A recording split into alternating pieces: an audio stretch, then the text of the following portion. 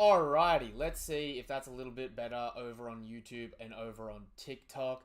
I'm still going to be adjusting some settings behind the scenes. It is what it is. Oh, let's go.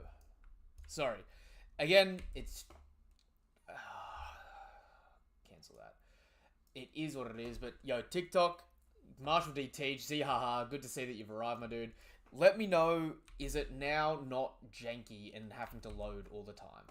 I've had to drop the quality significantly. YouTube as well, let me know if the quality's better or still managing like this. Unfortunately, it's sort of... normally I try to stream in 2K.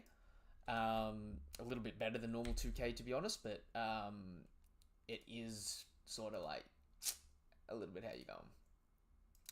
Sorry to the quality as well on YouTube. I know this is like the 4th time starting the stream, but at the same point in time, it's important. You know, it's important to get it right. It's clean now over on TikTok. Oh, yes. Okay. Here we go. God, how many times do I need to get this to get it going right? Alrighty. Here we go. Come on, nothing but love, nothing but respect. You know what we do, what we don't, what we is, and what we is here today, bringing you guys and girls chapter 1121 of the One Piece manga. Alrighty. We're multi-streaming. Ooh, the current bitrate is lower than the recommended bitrate of 1300. Oh my god. Okay, YouTube.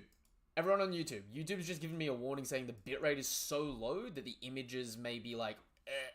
Let me know over on YouTube whether or not it's coming through high quality, whether or not the picture's clean and all that sort of stuff. Please, I don't want to be sacrificing quality like a madman. But at the moment, it seems like it's following through and not like suffering and loading over on TikTok, which is super damn important for me.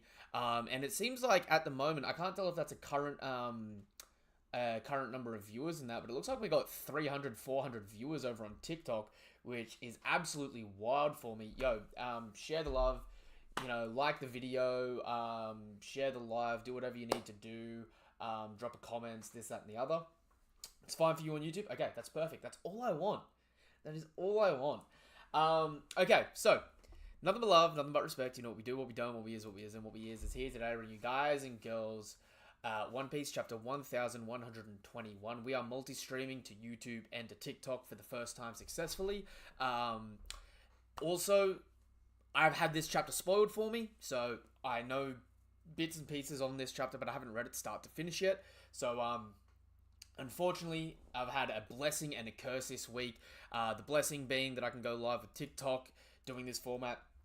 The curse being I got spoiled, so kind of sucks, but it is what it is. If you guys are watching this on TikTok, follow me, give me a like, all that good stuff. If you're watching this on YouTube, wonderful too. The link in the description down below on YouTube is my link tree. The link in my bio, also my link tree. It'll take you to my Twitter, Twitch, TikTok, Discord, where you can join and talk anything anime and manga related and jump between your preferred viewing platform, this, that, and the other. By all means, whatever your preferred viewing setup is, don't be afraid to, go to your preferred means. But yeah, thank you all for coming through with this. And we're going to get into the chapter, and it keeps trying to take me to a damn stupid thing. The new updates for TCB have been super annoying for me. Because they keep, they've like upped the amount of, ads and stuff like that. Oh, there's a big delay on YouTube. There's always a big delay on YouTube, to be fair, Charles, but it is what it is. Which reminds me, now that I've gone live for like a 5th time, let's put the new info up for that. All right. Here we go. 3rd time's the charm. We're on the right playlist. Dun-dun-dun-dun-dun-dun. Sorry. I know this is annoying, but it's a learning curve for me.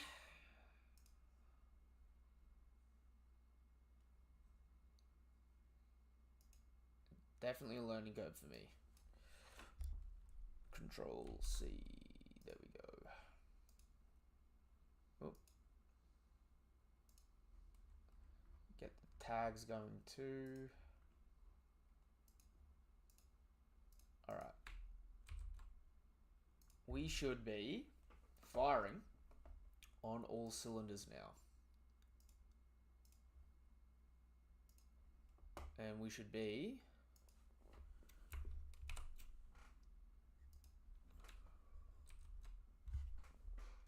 doing phenomenally on all platforms. Alright, sorry for the wasted time. It is what it is. Let's get into the greatness. Obviously, One Piece has the color spread, the cover page of Shonen Jump this week. Again, Luffy looks like he's got Kizaru's outfit on. Looks okay. It's the 27th anniversary of the series. We get a beautiful color spread here of Nami, though. She's eating ice cream, and all the Straw Hats are climbing all over her like it's Gulliver's Travels sort of thing. Low-key, some damn good shading work on Oda's part here. Actually really nailing a sort of sunset shading sort of vibe. Yeah. I have now become the true... Wait, what are you saying there? What are you saying there, Big Bird? It's cut off for me. It's cut off for me. I can't see. Is it the... Oh, you've turned the true me. Alright. Alright, so we're picking up at the beginning of the chapter. The clash comes to a head. We can't let them get away. Fire. Watch out for those claws. So, this is obviously picking up with Saturn attacking the Elbaf ship. We've got Luffy in Gear 5 still. They're poisonous. Don't let them touch you. Chapter 1121, The Ebb and Flow of the Ages. Whoa, yeah, nothing good can come from touching that. What an intense attack. So we've got all the giants being able to, put their shields up and block Saturn. But low-key, having a good look at this panel here, a little bit of a surprising thing, just looking at this here, is Saturn's arms. We can only see 3 of them here, but all of the giants' shields are copping hits. So he must be moving so fast that he's hitting all the giants, and they're all just barely reacting to block sort of thing, which is actually pretty wild when you think about it. Also, Saturn is dwarfing the giants here at the moment, which just, again, goes to show just how ridiculously big this man is. And then Luffy comes in, and you still won't stay down, you bastard. And he winds up the gum punch. Bonnie's gone back into Gear 5, and Luffy catches notice here. Ooh! Okay, so Luffy catches notice of Bonnie, but she's still she's a bit feeble, even though she's in Gear 5. She's struggling a lot more than Luffy. Luffy comes in and hits Saturn in Gear 5 with advanced armament, the no touch, and pushes Saturn's poisonous hands away, or poisonous talons away. Launches this man off to the side. And then Bonnie regains into Gear 5, and the giants are looking on at her in surprise, and Saturn snaps, "Bonnie! That's it, Bonnie, you've got this." And then we cut back to Vegapunk's message around the world. A day of awakening is coming, where all the pressing secrets of the Void Century will be uncovered. Is this Logtown?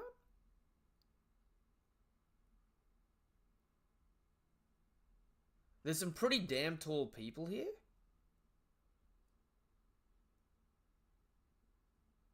But I feel like the architecture, this is Logtown. Am I off on that one? Kinda feels like it's Logtown here. Anyway. So we keep going through. We know the weapons technology that sank the world's continents is still in use. So, okay. This was a really interesting thing for me. Because this cuts to... So they're talking about the ancient weapons. We cut to Shirahoshi, who we know definitively is an ancient weapon. We cut to Vivi, who her family was guarding the poneglyph that leads to an ancient weapon. And then we cut to Skypiea. The only ancient weapon we don't know about is Uranus, which is meant to be the god of the sky, right? We cut to Sky Island here, which is implying that something here or something in Sky Island has a reference or lays a reference to Uranus. And if you actually look here over on the right, where it says it's still in use, I want to say that is Upper Yard there. But it may not be. Weirdly enough, the Mother Flame may actually be floating around the same heights as Sky Island. So maybe the Skypeans have actually seen the Mother Flame, if the Mother Flame is an ancient weapon or the ancient weapon Uranus. But I feel like it's very important here that Oda's cutting two scenes of these people, and these people are in reference or some way connected to the ancient weapons. Because it's like very intentional paneling there. You know what I mean? Just like here, those with rare and unique racial ancestry are relentlessly persecuted and slaughtered today. And then we cut to Kuma and we cut to Whitebeard. Due to some mysterious quirk of history, are you a buccaneer? What makes my blood so special anyway? And we cut to Marco thinking back. I'm talking about the distant past. Back then, there was a kingdom of gods up there. So obviously, Whitebeard looks like a buccaneer, but Whitebeard's also in reference here to the Lunarians, and it cuts over to King. You're a Lunarian. The world government is offering 100 million berries for any information on them. Which I guess this also means, this is confirming that, this is actually confirming two things here. Number one, King's alive and listening to this message somewhere. That is damn important. Number two, and this may be even more important, we see the Three-Eyed Tribe, we see Pudding, and she's now in a jail cell made of brick, meaning she's no longer on Blackbeard's ship. She's been transferred seemingly to Hajinosu, or the Blackbeard pirates have landed somewhere to put her in a brick prison instead of the wooden prison she was in before. Showing moves there, showing moves. And then we get Bonnie screaming, Nika, you're mine. And Saturn charges in with 1, 2, 3, 4, 5, 6, 7 out of his 8 legs. So Saturn is literally standing on one filthy ass toenail and coming in with all 7 other legs, trying to attack Bonnie here. Like the panel, the way it's framed, looks a little bit badass, like just a little bit, but low key. Think about this. To everyone else, he's on his tippy toe on one leg as a giant crab spider, spiking out all these other legs. That's just a little bit stupid. Like that's just a little bit stupid in the funnest possible way, though. Is it not? Just a little bit. I need to see that angle. Yo, dude, like think about that, because we see the back leg in frame too, which makes that even worse, right? You are but a parrot mimicking what you do not comprehend. Enough, and we get a Gatling stamp from Luffy here to kick away Saturn's legs. Ooh!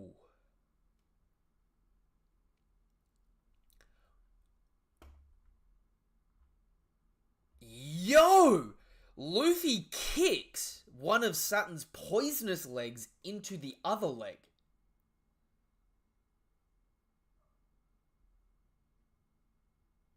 That's interesting. So he kicks his poisoned, like, messed up leg into his other leg. Saturn gives him a filthy look. Luffy does the shishi laugh, and Bonnie's crying her eyes out. You can either live as a slave or die. Nothing else can be tolerated from someone of your ilk. That is what the tides of time have decided. How dare you? All those things you did to my daddy. What you did to mum or mummy. Your mother ended up being part of my drug experiments. How dare you call yourself a god? Bonnie, say hi to mummy. Real gods do exist. And so Bonnie's filthy, but she's running through all the mental anguish and turmoil here that Saturn's put her and her parents through. I wanted to be a hero, someone who could save people. And we see the first time Kuma did the Nika dance with Bonnie. Real heroes too. All I ever wanted was for the three of us to live in peace. Being alone for so long made me want to die, but I kept going. I owe everything to those two. They've blessed me in so many ways, and we see an alternative future here. Thank you, Bonnie. We're so glad you were born. We see an alternative future here where Kuma and Ginny were alive, unaffected, and they got to raise Bonnie. That is actually so damn sad. That is genuinely upsettingly sad. That breaks my little heart. And then obviously they wind up a punch. Saturn goes, "You insects!" And we get liberating, and we get Luffy, dual armament haki up in giant form, in giant Nika form, wrapping around Bonnie, who's doing a Gear 3 style Gear 5 punch. But not in giant form, crying her heart out.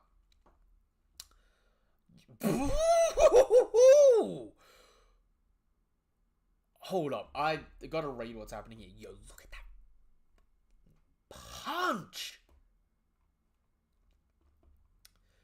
There will be a reckoning on the day those answers come. You must be on guard to protect yourselves. No matter what happens, I have faith in humanity's capacity for wisdom. I have faith in science. Bzz. Roger died 25 years ago. Bzz. And it's been 2 years since Whitebeard's death. A new age is heralded by the passing of old legends. So we get liberating Nika punch. So Bonnie comes in with a mad right hook, doing the Gear 5 version of a Gear 3 punch. Looks absolutely beautiful. And then wrapping around that, creating a perfect opening for her and countering all of Saturn's limbs, is Luffy in giant form, doing a Gear 5 Haki Gatling. Smacking this man up! Like just chef kiss. Beating this man and blowing him up entirely. Look at this. Literally blew his limbs apart. Seemingly with internal destruction, Rio. Literally blew this man's body, torso, legs, limbs. Like imagine if this was just someone that didn't have a healing factor. I have to wait a year to see this animated. Yo, dude, when this gets animated, that may be one of those like near well breaking the internet style things. You know what I mean? Like genuinely getting to see that animated is going to be wild. Today there are certain individuals who can't be oppressed. I don't think Saturn's down and out here, but if he falls into the water, we're going to find out whether or not he's got a devil fruit soon enough, aren't we? All the giants cheer. Bonnie's crying. We really set him flying, Bonnie. And Kuma gets up and cracks a half grin. Look, that's your ship, isn't it? Ooh. Okay, so the Sunny comes flying down, and we see Saturn launch off and crash into the island clouds underneath Egghead. And everyone screams, Sonny! We're gonna die. We're gonna fall and die. Someone save us. Such individuals are probably the closest to the truth. A coincidence? Or did Roger set all of this in motion? My treasure is yours to find. Everything is right where I left it. Hold on a second.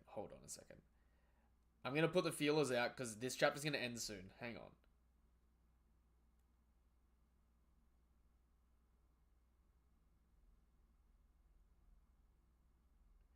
Alright. I'm already getting hit up to join the Discord for the discussion after this. So perfect. We're gonna be moving on in the best possible way here. My treasure is yours to find. Everything is right where I left it. And we have Rayleigh passed out at Shaggy's bar. Ray, son, you'll catch a cold. Alright, Vegapunk. I like where this is going. And everyone's cheering up and jeering up. Isn't the Commodore back yet? I can't wait much longer. Ooh. Emperor Blackbeard's lair, Pirate Island, Hachinosu.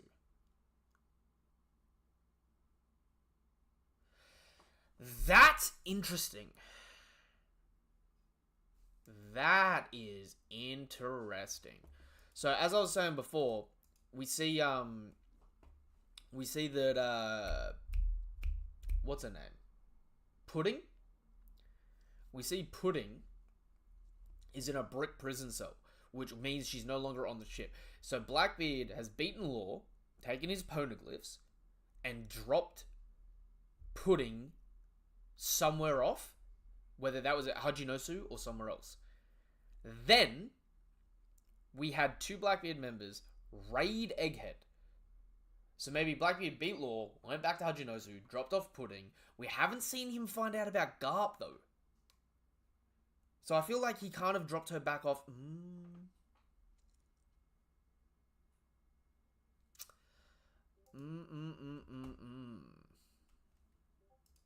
That is interesting.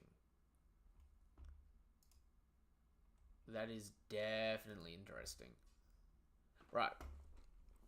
Unfortunately, there's no guarantee that it'll be found by someone Joy Boy would want. Boss, you're drinking too much. Shut up, I ain't drunk. So, okay. Shanks and Rayleigh are both blackout drunk. Emperor Redhair Shanks, the Red Force. So, okay, we're doing a run through of all the Emperors here. Chairman Buggy, there's no doubt your greatness. Huh? You always exceeded our expectations. Huh? There's so much more to your dream than I thought. And we see Crocodile and Mihawk clearly not impressed by the whole charade that's happening. They're going along with it, but they ain't here for it, if you know what I mean. They're just... they're not going to be the happiest people here. Oh, we even cut to Marineford. Here we go. New Marineford, Navy headquarters. There's no way we'll just stand by.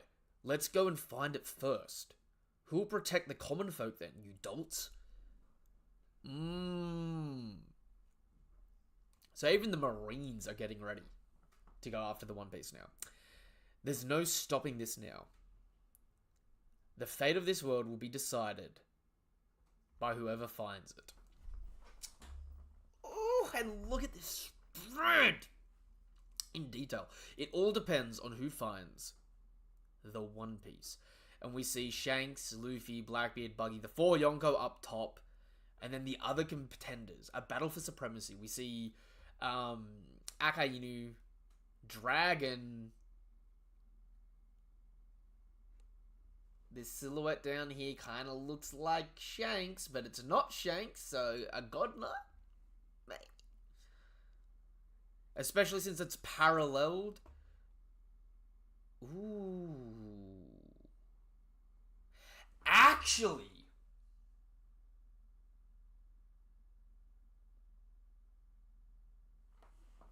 you know what? Oh, it's a break. Charles, why'd you have to do that to me?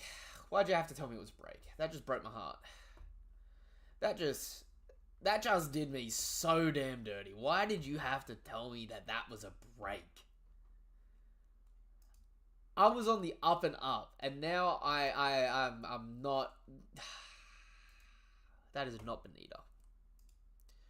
Okay, hear me out. The composition of this panel here, right? You got the Yonko up top. On the far right, you've got Akai Inu. On the far left, you have Sabo. Both of which are being regarded as like pseudo-emperors in their own right. Then parallel that, you have Dragon and Aokiji.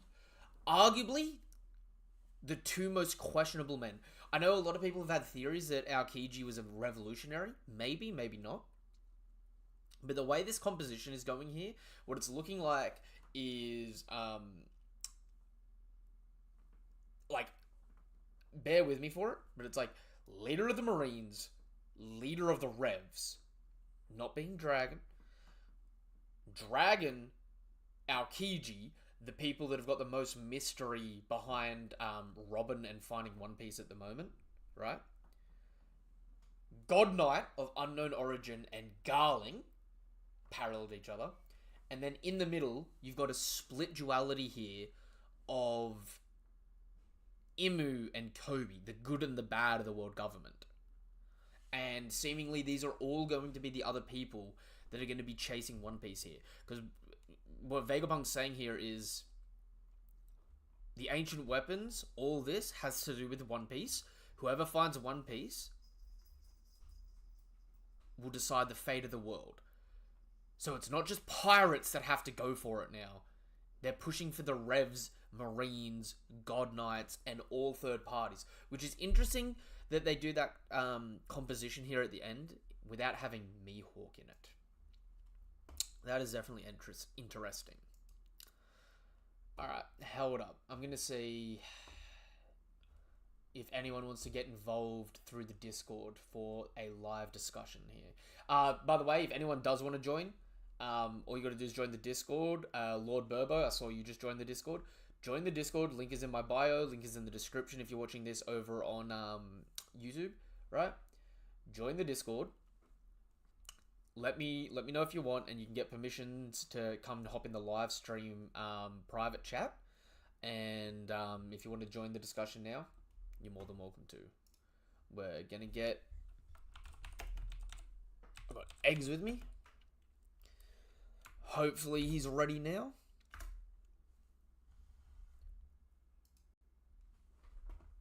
Oh. Yo, what a damn chapter. Not a lot happened, but a lot bloody happened. Hold up. Can also get the... I'm gonna get the viz up for this as well. I gotta read all of Vegapunk's message here. Oh, hold up. That is causing the computer to slow down now. Hold up. Yo, hey Eggs, how are you? There we go. I was bugging out then.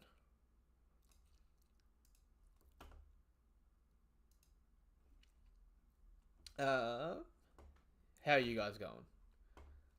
I'll do a sound check and then I'll unmute yous on the live. Yous good?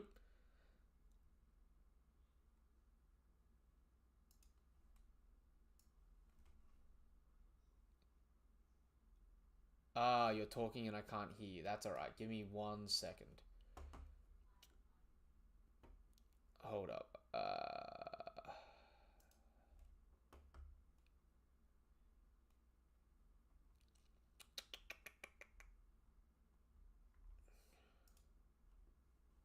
Hold up. How do I fix this?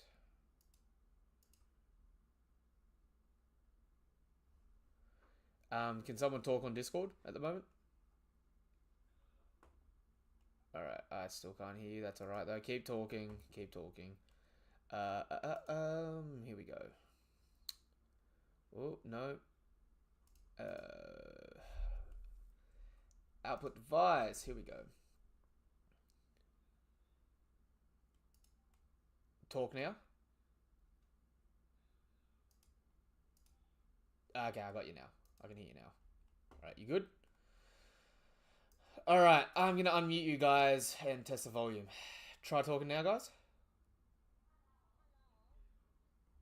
Okay, that was not it. Hold up.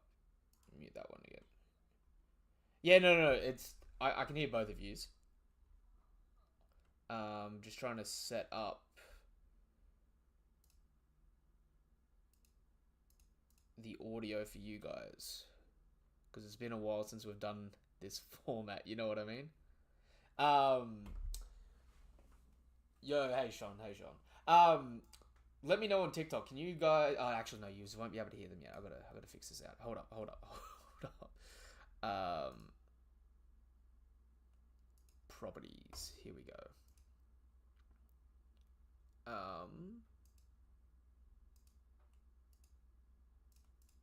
Keep talking, guys. Hello. Okay, I think that's working now. Nice.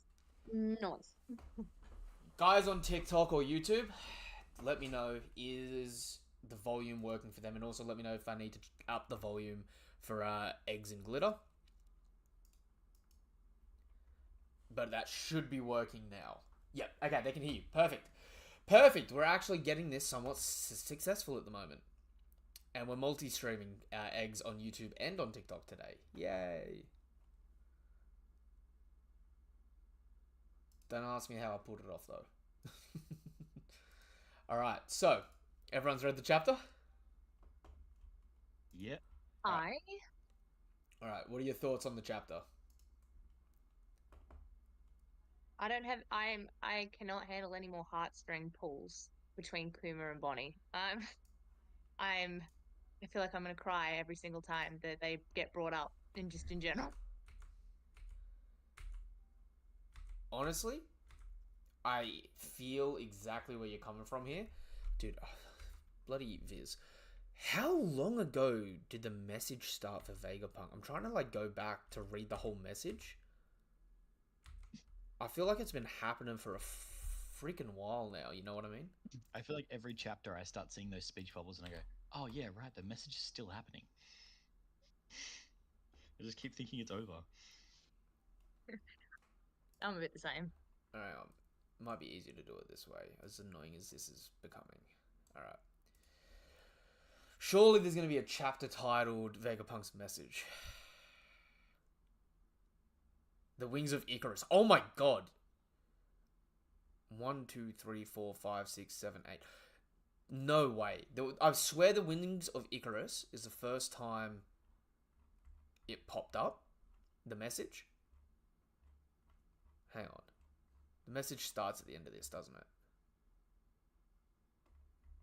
Oh no, it's already started. Yo, this has been going on for 8 chapters already. No shot. Even longer. I kind of thought it'd be longer, yeah. I feel like it's both been extremely long and extremely short. And I think that goes to show how time passes for One Piece chapters. I'm actually kind of annoyed by that. He said nothing. You would. Okay. You would. I'm at chapter 1112 right now, right? And they're doing the last little bit of prep work before they go live. So they've been doing this for 9 chapters. Yup. That's a full volume this message has been going on. Yep. No. Yep, that sounds about right. No. I refuse your refusal, sir. My memory must be so warped by this thing. Because I feel like genuinely he's said almost nothing. You know what I mean? Yeah, Like, I'm okay. fully with you. Hang on. I've got to go. Okay. I bet reading just the Vegapunk message without any of the stuff happening in between in the chapter is unironically going to sound like the most repetitive, uneducated, talking over yourself speech in history. That was a lot of adjectives just then. Yeah. Like,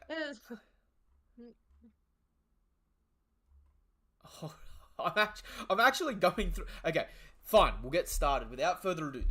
Okay, I'm gonna read the whole message off, right? I'm gonna have to go through every fucking chapter to read this. First, then, we'll get started. Without further ado.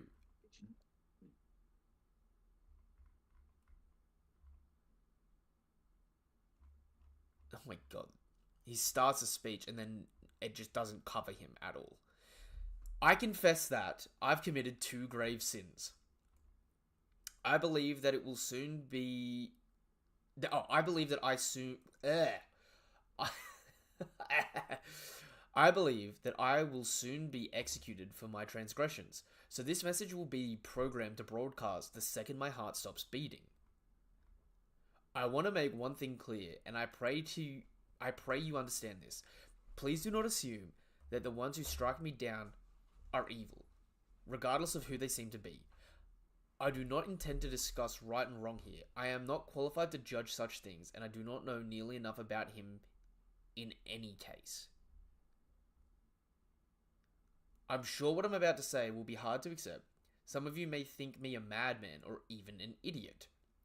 That said, it is still my duty to ensure that everyone is aware of this issue. I'll cut to the chase. Our world is going to sink into the ocean. Dude, I forgot that he even started this. Yo, Brennan. Said it pretty early on. Yeah, That's I know. the only information that we've really got. Yeah, dude, no, dead ass. Yo, Brennan, cheers for the love for the layout. It's been a shame because I've had this layout for over a year on YouTube, but I haven't been able to bring it over to TikTok because TikTok was just always terrible with multi-streaming. But now it's finally fixed. You guys get to see some better quality content. Okay, then everyone's reacting to his message about the world sinking, and he just doesn't continue talking. What the This may be the worst speech in anime and manga. Please humor me for a moment as I make a prediction. Assuming my sensor data is accurate, a few days from now, as I record this, an exponentially vicious earthquake will rock the entire planet. Following this calamity, sea levels the world over will rise by 1 meter. A number of islands will become uninhabitable, and naturally many beaches will also be completely submerged. If this doesn't come to pass, feel free to disregard the rest of this message. Assuming, however, that these events have transpired, then please pay heed to what I have to say. The earthquake I just predicted cannot, strictly speaking, be considered a natural phenomenon. I've always naively yearned for peace and prosperity, and that brought me to what proved to be my first grave sin.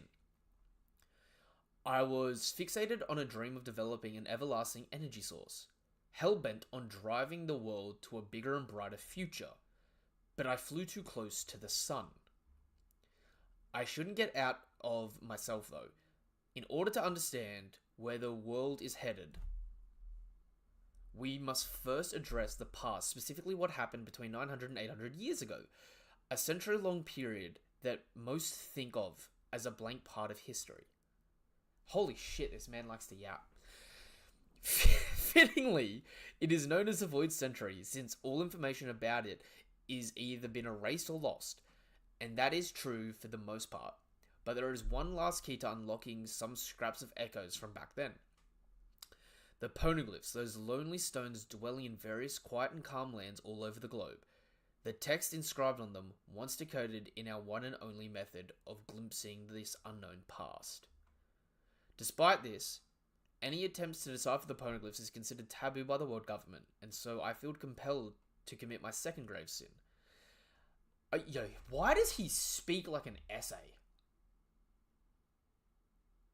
I'm winded reading this.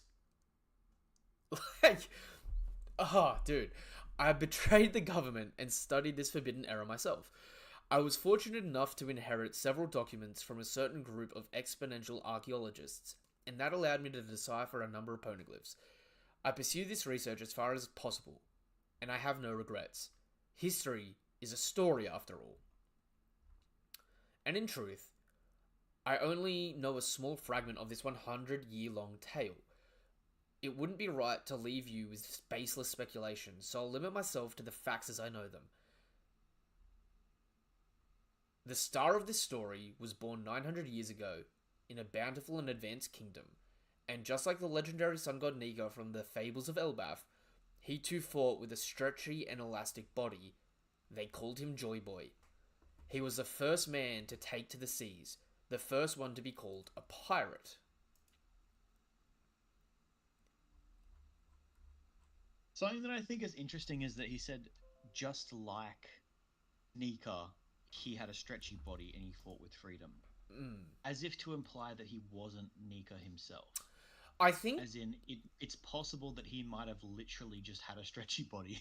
I actually think there might be like an alternative thought process on that, right? Okay, hear me out on this, right? Nika is the devil fruit. Joy Boy could have eaten the Nika fruit, but that fruit could have existed before any of the other. You know what I mean? Right. So like they hadn't invented fruits yet, and that fruit already existed. Well, they invented fruits when Joy Boy was alive, but Elbaf, the story of the sun god, may have existed longer than the story of Joy Boy.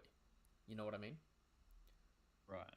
So there may have been like the legendary hero Nika, and then Joy Boy may have become from the generation where they made devil fruits and hence had the first Nika fruit, but Nika may have been an already existing story even in Joy Boy's time. Right, I getcha. Yeah. Yeah, that would make sense. Because it's supposed to be like the fruits are like what gives, like, people have desires to have that ability, and then the fruit is created from it. Yeah. So like Nika is like a god that they worshipped, and then the first Joy Boy basically had a really strong desire to be free, like Nika is in the stories. Yeah. Alright, so now you may be wondering how he came to be known as a pirate. I only have access to a handful of poneglyphs, but their combined narrative clearly chronicles an unbelievable history about a great war in the distant past. Wait. Does that fucking...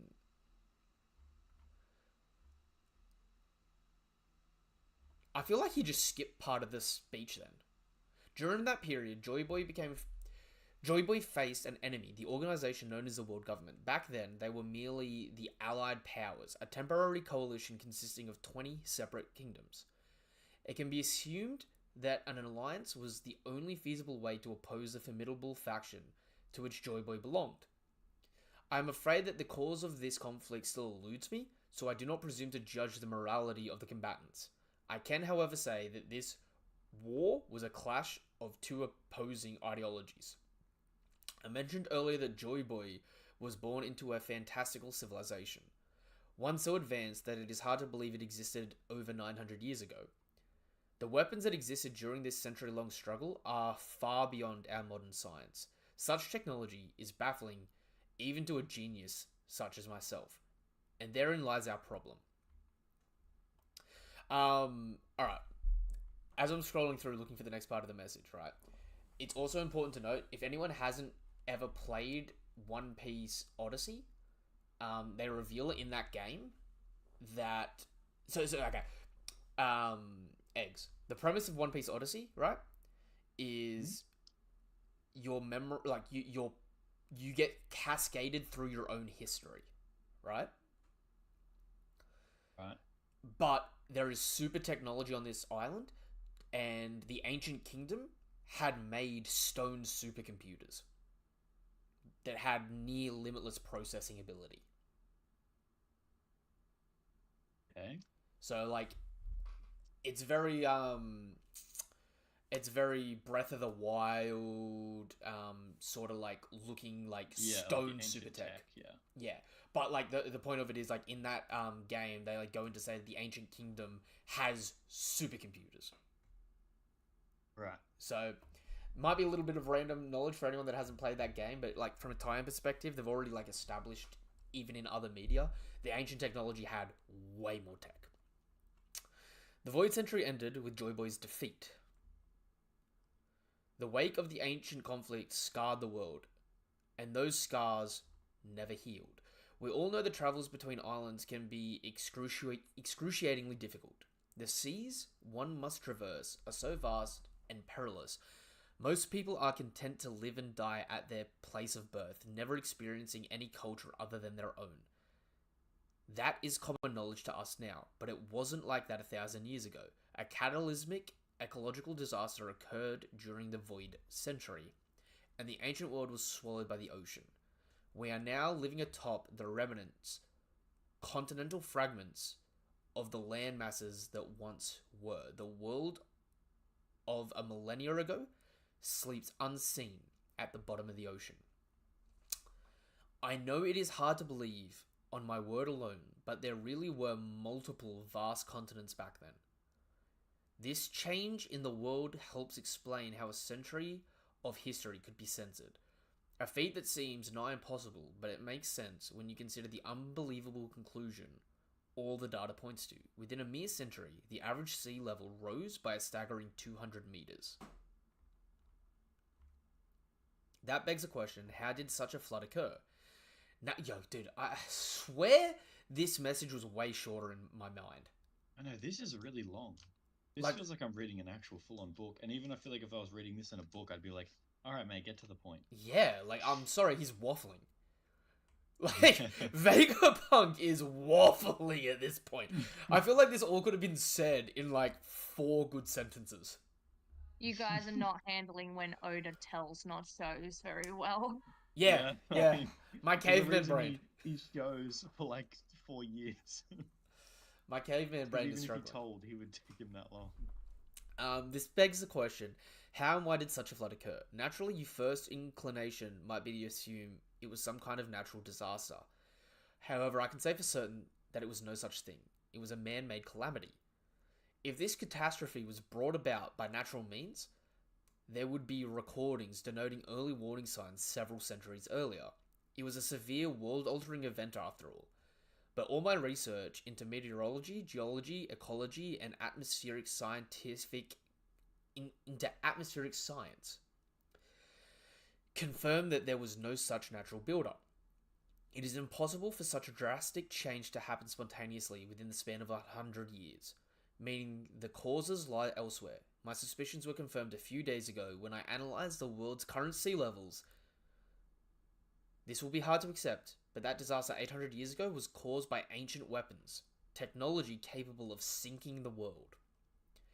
And that very same firepower evidently still exists, just waiting to be used again. In other words, that great war which ravaged the world during the Void Century is still ongoing.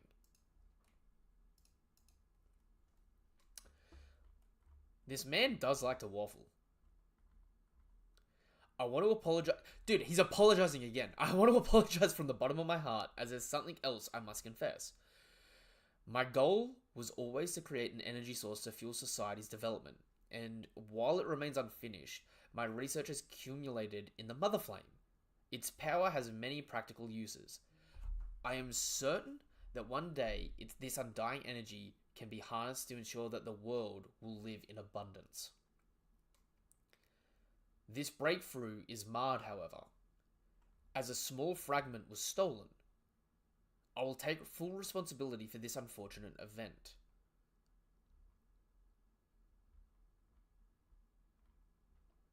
Two weeks after the flame fragment was stolen, we observed an intense glow emanating from above the Lulusia kingdom. I later got news that the entire nation had mysteriously vanished without a trace. Before long, my equipment registered the worldwide earthquakes that I mentioned earlier. This might be my pride as a scientist talking, but I was certain of the one fact. Only the Mother Flame could supply the immense energy needed to cause this tragedy. My very own invention was used to power an ancient weapon. The motives and origin of the preparations are a mystery to me. But in the end, this all boils down to hard truth. I am an accessory to the act of mass murder. I cannot express how remorseful I am for my part in this. I am truly sorry. But this proves my theory is plausible. The disaster that flooded the world was man-made. There were once 3 great ancient weapons. It is said that Joy Boy attempted to ensure that they would be passed on to future generations. This begs the question, why? Why hasn't the world sunk enough? Such ambiguity makes it hard to brand one side just and the other evil. Also, based on, like, reading it out of context like this, why does it seem like Joy Boy's the one that flooded the world? Is that what you think? I feel like that's what Vegapunk was implying there. It is said that Joy Boy attempted to ensure that they would be passed on to future generations. So Joy Boy's the one advocating for the ancient weapons. Yeah. And, like, you know, it makes sense since he sort of, like, spread them to his allies. But, like, I like, when I read this week to week, I didn't get the implication that Joy Boy was the one that was flooding the world, but in reading it out of context like this, it kind of seems like it's leaning towards that, doesn't it? I mean, it was his people that were using the ancient weapon back in the day, right? Yeah. And he was like a leader of some sort. But the day of answers is coming. Consider this a warning. When that time comes, everyone will fear the notion of a sunken world. The Void Century is still an enigma, but there are those who know what happened in its entirety. And that's when we also cut to seeing Goku and Akainu, by the way. I am referring to the former members of the Pirate King's crew.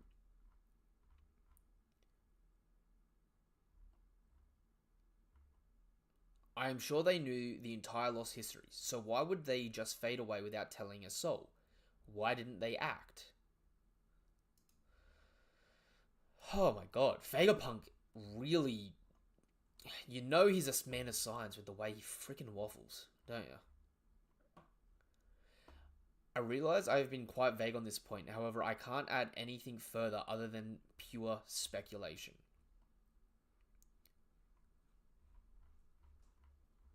Oh my god, Vegapunk, where are you, dude?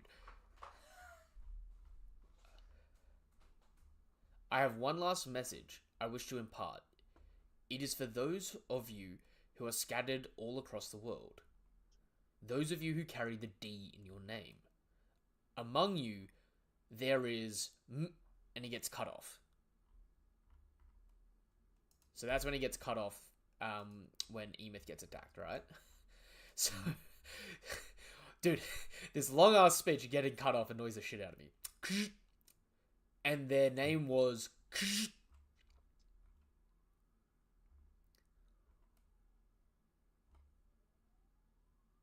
And then, what, is that... There's still a little bit more later on, isn't there?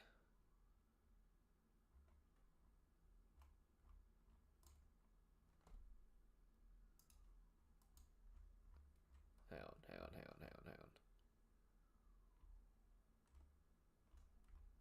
Nope, okay, that's it for that chapter. God, this stupid freaking message, man. So, okay, he was about to address the D. And then he gets cut off. We don't hear anything from him for minutes. And then it cuts back in, nothing of the sorts.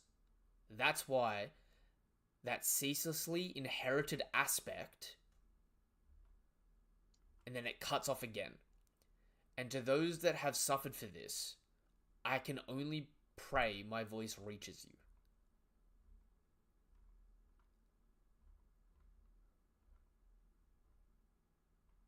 And then he gets cut off again. So reading it in that context, even though we completely missed the part he was addressing the part that he was addressing the D's about, does it not seem like he was essentially saying the D's were persecuted? Which, I mean, obviously they are, but, like, they took the blame for something. Someone once told me that the voices of the past call out to you. History is written by the victors, and the words of the vanquished are usually cast into a deep, dark ocean. That being said, their truth can still come to light. If the oppressed carry it on their backs and endure, for my part, I am leaving this to the world.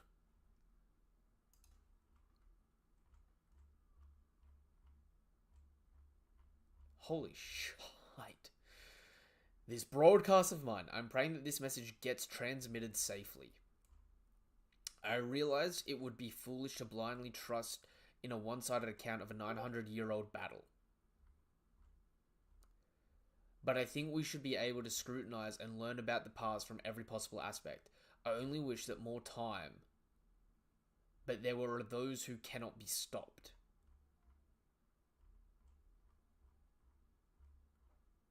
"25 years ago, the pirate Gold D. Roger achieved unprecedented by circumnavigating the globe. I have no doubt they heard the whole thing. They must have heard the voices of the past from the purest sources possible. I am confident you have all come to the same conclusion at this point, and I anticipate that is what will ultimately determine how those things transpire in the future." And now we're up to the latest chapter. A day of awakening. All I'm gonna say, Nova, is I remember you looking me dead in my soul windows, and you said to me, "Luffy running through Dressrosa is one of the most boring things I've ever encountered." No, stay with me now. Brethren. And stay with me now. Stay with me now. And I said to you, "No, I doubt it is. It's still my favorite arc. I'm sure there will come a day when there is something worse." We are sitting in that day now. I will take my apology now. Thank you. Look, I'm sorry. Bro. Like, I didn't realize how long this man was yammering until just, like, that felt like it was written by the writer of Hunter x Hunter. Like a 4-page text, back to back, no breaks. You can tell he was like, "Man, I just have to get this out of the way. I haven't really thought about how I want to show it as opposed to tell, so I'm just going to get this chunk out of the way and then resume normal programming." Honestly, thank goodness. I know I just said like how annoying is it that it lasted 9 weeks or 9 chapters, a whole volume. But at the same point in time, if I got all of this in one chapter, honestly speaking, I'd be like, fucking take a breath, please, for your sake and for mine. You know what I mean? Oh, honestly. Okay, a day of awakening is coming where all the pressing secrets of the Void Century will be uncovered. We know the weapons technology that sank the world's continent is still in use. Those with rare and unique racial ancestry are relentlessly prosecuted and slaughtered today due to some mysterious quirk of history.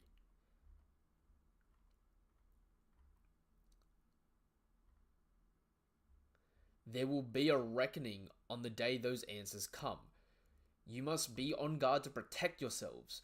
No matter what happens, I have faith in humanity's capacity for wisdom. I have faith in science. Roger died 25 years ago, and it's been 2 years since Whitebeard's death. A new age is heralded by the passing of old legends. Today, there are certain individuals who can't be oppressed. Such individuals are probably the closest to the truth. A coincidence, or did Roger put all this in motion? Unfortunately, there's no guarantee that it'll be found by someone Joy Boy would want. There is no stopping the fate. There is no stopping this now. The fate of the world will be decided by whoever finds. It all depends on who finds the One Piece. Right, so that's the end of the speech. Holy fucking Jesus! That was so long. For anyone that stayed with me throughout that whole speech, thank you. That actually, I almost regret starting that. Alright, Glitter, you there? I am also fighting a boss in Elden Ring. I'm multitasking. No, that's all good. Eggs had to step out for a second, just to pick someone up, but that's okay. He'll be back in a moment. That's all right. I'll try and play Elden Ring without any sound. That's cool. That's fine. Ooh, Continue on.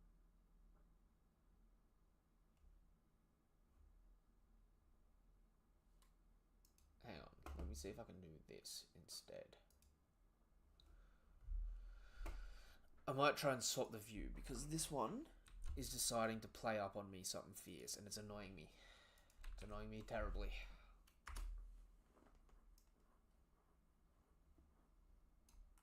Ooh,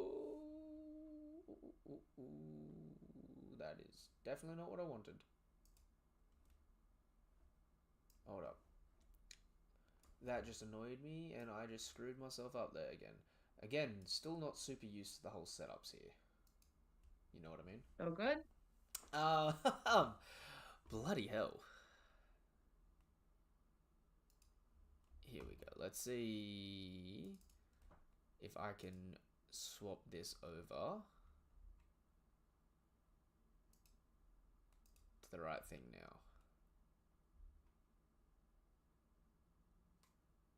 It was definitely long-winded. We got distracted by the old faces and a few clashes. Yeah, no, definitely had its own shit going on. That's for sure.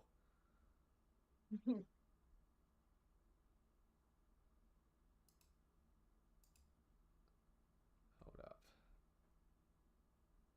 Here we go. All right, I've swapped the browser now for this one. So hopefully now it doesn't keep trying to jump up with a pop-up. That is a little better. Alright, let me know. Is that a slightly better view, guys? I think that's a slightly better view, and it's no longer popping up with annoying crap. Right. That speech was so damn long-winded. Hopefully it ends by next chapter. Because I know... Ooh.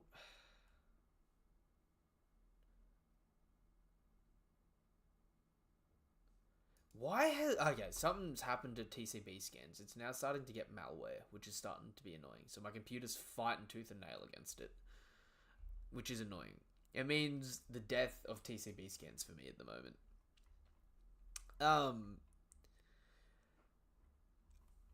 Do you guys think the end of the speech was it all depends on who finds One Piece, or do you think there's more of the speech? Has he finally finished what he was saying?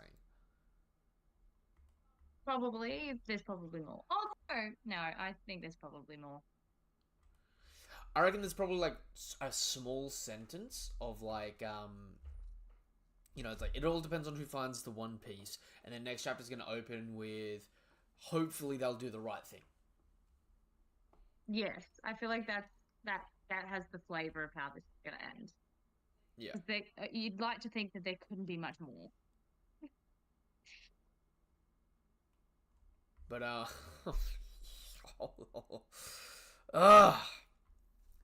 that was a damn long speech.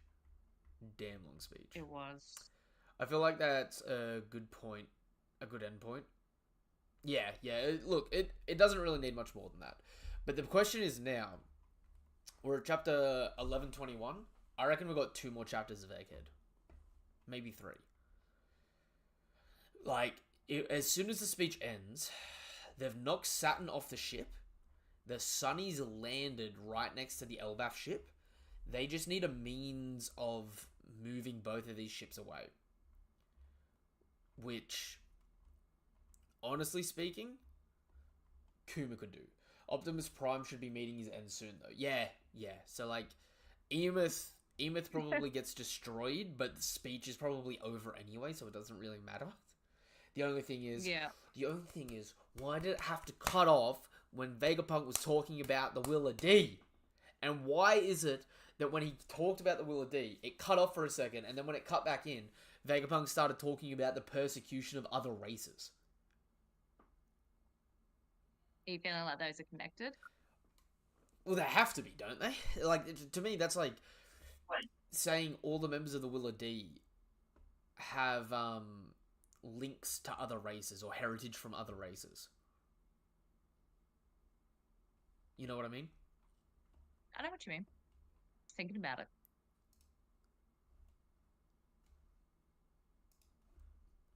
Anyway, with Sunny right next to the ship. Or did we even see the Sunny land, or is it still in flight? We don't see the Sunny land yet, I thought it was still in flight, but that's maybe I missed something. But I thought it was still going. we don't see it in flight, but we do see it we don't see it in flight, but we do see it having got a zoomed out view of Egghead right before the last page, and we can't see it in the air anymore. So I feel like that's a point there of it's probably landed off screen. So next chapter's going to open up. We saw Kuma move because Kuma smiles when Luffy and Bonnie knock away Saturn. I feel like Kuma's going to get up here and move the Sunny and the Elbaf ship away safely while Emeth dies. Oh, that hurts me, but I can see that happening. Because to me, it's like how it's probably going to happen is the Straw Hats ship land, Emeth gets destroyed next chapter, the Gorosei switch their focus back to the Giants and the Sunny. The chapter's probably going to end with them like attacking or coming towards the Sunny in a threatening manner where it's like, oh my god, we're all going to be stuck. And then chapter 1123 is probably going to have Kuma like the Gorosei attack the ship a bit, everyone defend against the other Gorosei again, and at the last second Kuma gets up and rejects both the ships away. Whether or not he stays behind or not, I don't know. I hope it's not one of those stay behind things. But it would be very in the character tragedy for that to unfold. Like, especially for him, which is just brutal. Especially for him to go down taking on Saturn. Like, yeah. He freed his daughter, he freed Nika, and he's just staring down Saturn one last time. It's gonna be one of those things where he's like, I got more time with, like, to Bonnie, I got more time with you than I thought I would. Yeah. Now go. Like one last stand from a father. And especially since, generally speaking, we haven't had, and you can disagree, but I feel like we haven't had really solid father role models so far. We've had a lot of adopted dads and stuff like that, and that stuff's been really solid.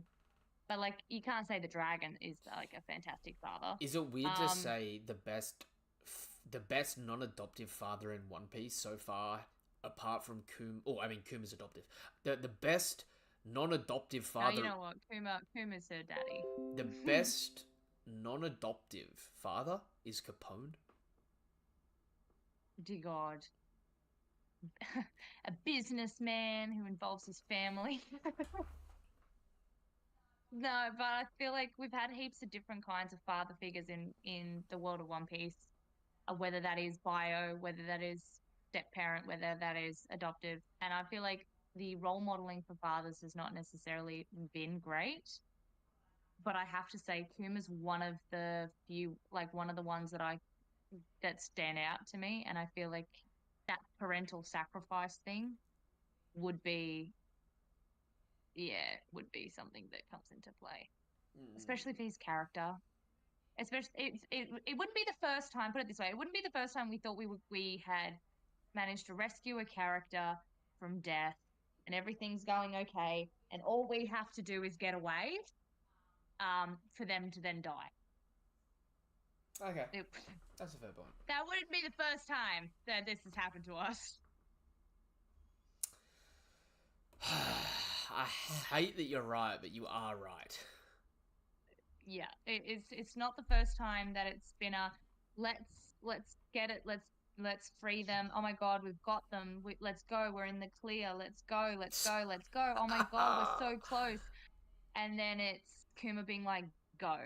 I'm sorry, Charles, like but you know it's true. A father's job is to protect his daughter. Go. And then us losing. Do you know? It's very Ace. It's what's funny about that though, in the flavor of that, is considering that I am liking that to Ace, and then you consider Marineford and the way the pacifistas Yep. What, like everything about the parallels of Marineford now coming back into a play of the sacrifice, especially since Bonnie takes on so many elements of Luffy. I was actually I just think gonna bring up as well that this, like, with this chapter ending off on Vegapunk talking about the Roger pirates, and we see Yeah. Roger again, and Roger's other name for Ace, if Ace was a girl, was gonna be Bonnie. Was Bonnie. Sorry, not Bonnie. Was gonna be Anne, like the jewelry Anne Bonnie. Yeah, So and Bonnie. It's the version of Ace that's going to get away, but it's at the sacrifice of the parent. I feel like you're right there, and I hate it, but I love it. Because that would be Luffy got to be involved in a successful, unsuccessful rescue mission. Because obviously what happened in Marineford with Ace, and then this comparison here with, because I think it's a very small, and it might be fishing, but I've always thought that at least with Kuma, you've got that whole connection to Marineford, to Ace, and then you've got that connection between Ace being potentially called Anne, and then just the whole, like the last time we were quote unquote outmatched by the Marines to the point of losing somebody or in a very dangerous situation wasn't really in Marineford, and we're sort of back here again. And instead of Garp sitting there taking a fist, Kuma's actually going to step in for his kid.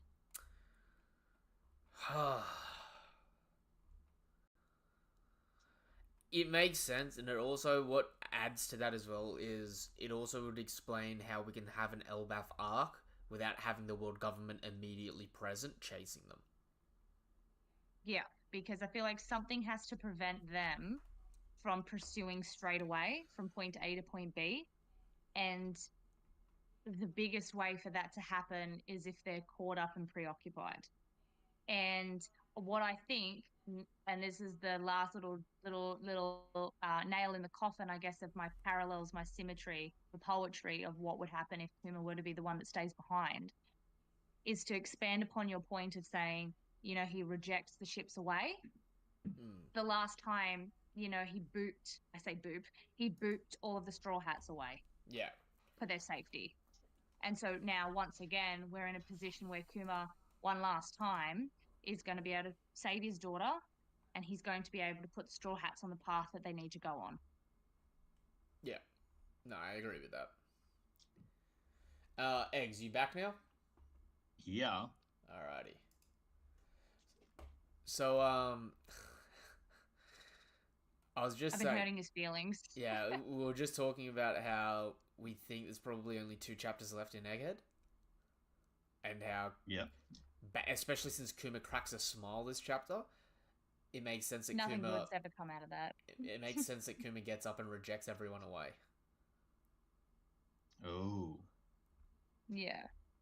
And then it's sort of, I was talking about the parallels between, it wouldn't be the first time that we had a character that we thought we'd freed, we'd saved, and then it's like, oh my God, we just have to get out of here, let's go. And then they've died, with Ace being that parallel.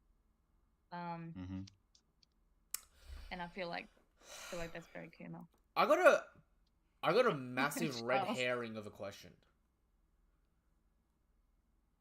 How would you feel, really randomly, if the main villain of Elbaf is Blackbeard?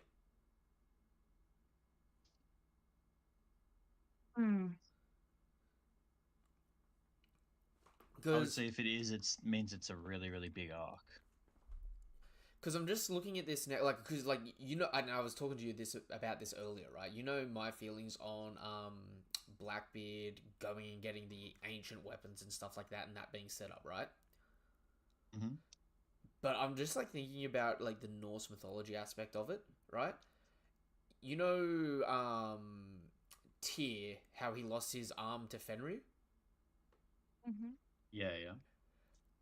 For the longest, I was like, oh, that's supposed to be Shanks and Blackbeard. But Kid also feels the same necessity of the one-armed ginger. Maybe even more so in a sense than Shanks. Like, even though he's got a war, like a big thing was supposed to be about how he was also like a bit of a blacksmith. You know what I mean? Right. And I hate to say it, imagine Kid coming to after getting dropped by Shanks, just to have a conflict of his crew getting dropped by Blackbeard and his crew on Elbaf as a side story.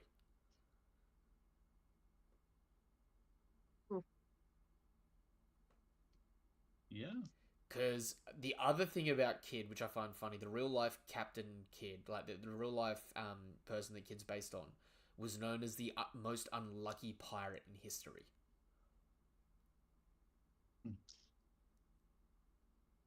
So it could be funny just watching Kid for the rest of the story, just constantly getting beaten because he comes up against bad luck. Just saying. Yeah, I could see it.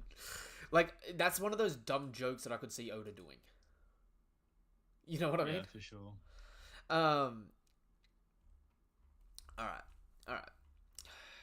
Looking at this last panel again, right? I know you were talking to me before about these being all the people going for One Piece, right? Mm-hmm. I was looking at the composition of it, though, and I'm wondering if they're all different parallels on this bottom part of the last panel. Right? Right. So you got the 4 Yonko up top, but notice how the paneling for the bottom is split, but it's the same the same paneling style. You know what I mean? Just mirrored. Yep. And I was looking at Akainu and Sabo, the leader of the Marines and the pseudo leader of the Revolutionaries, literally polar opposite ideologies. You know what I mean? Okay. Then looking at Aokiji and Dragon, and you know how for a lot of time people have been thinking Aokiji was going to be a Rev? Yep.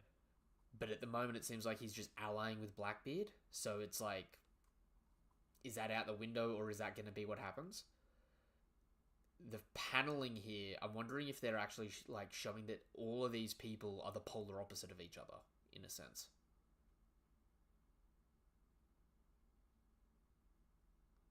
You know what I mean? Okay. So like, Aokiji's the one that, you know, wanted to learn more about the world and forsake it to join whatever group he needed to accomplish this. Dragon's the person that made the organization to achieve what he wants to accomplish. Darling and that silhouette could be an unnamed person, or it could be Shanks again. You know what I mean? Yeah, okay. Part of the reason why I don't think it's Shanks is because Shanks was supposed to be drunk this chapter, like passed out on his ship. But, you know, anything's possible, you know what I mean? Yeah. But then Kobe and Im in the middle both work, like both people in the world government, but literally the difference between night and day. You know what I mean? Kobe and who, sorry? Kobe and Im. Yeah. I mean, they're different, but they're only as different as like a good and an evil person is. Like, I feel like any good person is. Well, I guess it kind of depends on if Im was like a hero of the Void Century in his own way. You know what I mean?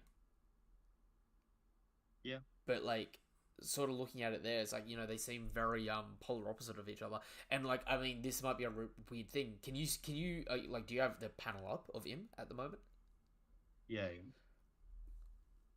Does Im have glasses on, or are those eyebrows? I just kind of assumed they were eyebrows. It could vaguely be glasses. Or is it just sort of like the face structure a little bit, maybe even? Yeah, I Like a kind of feel brow. like the whole thing with him is that like we're not given any good details.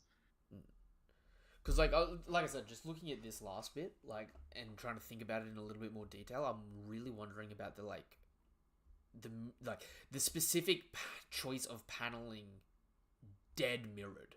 You know what I mean?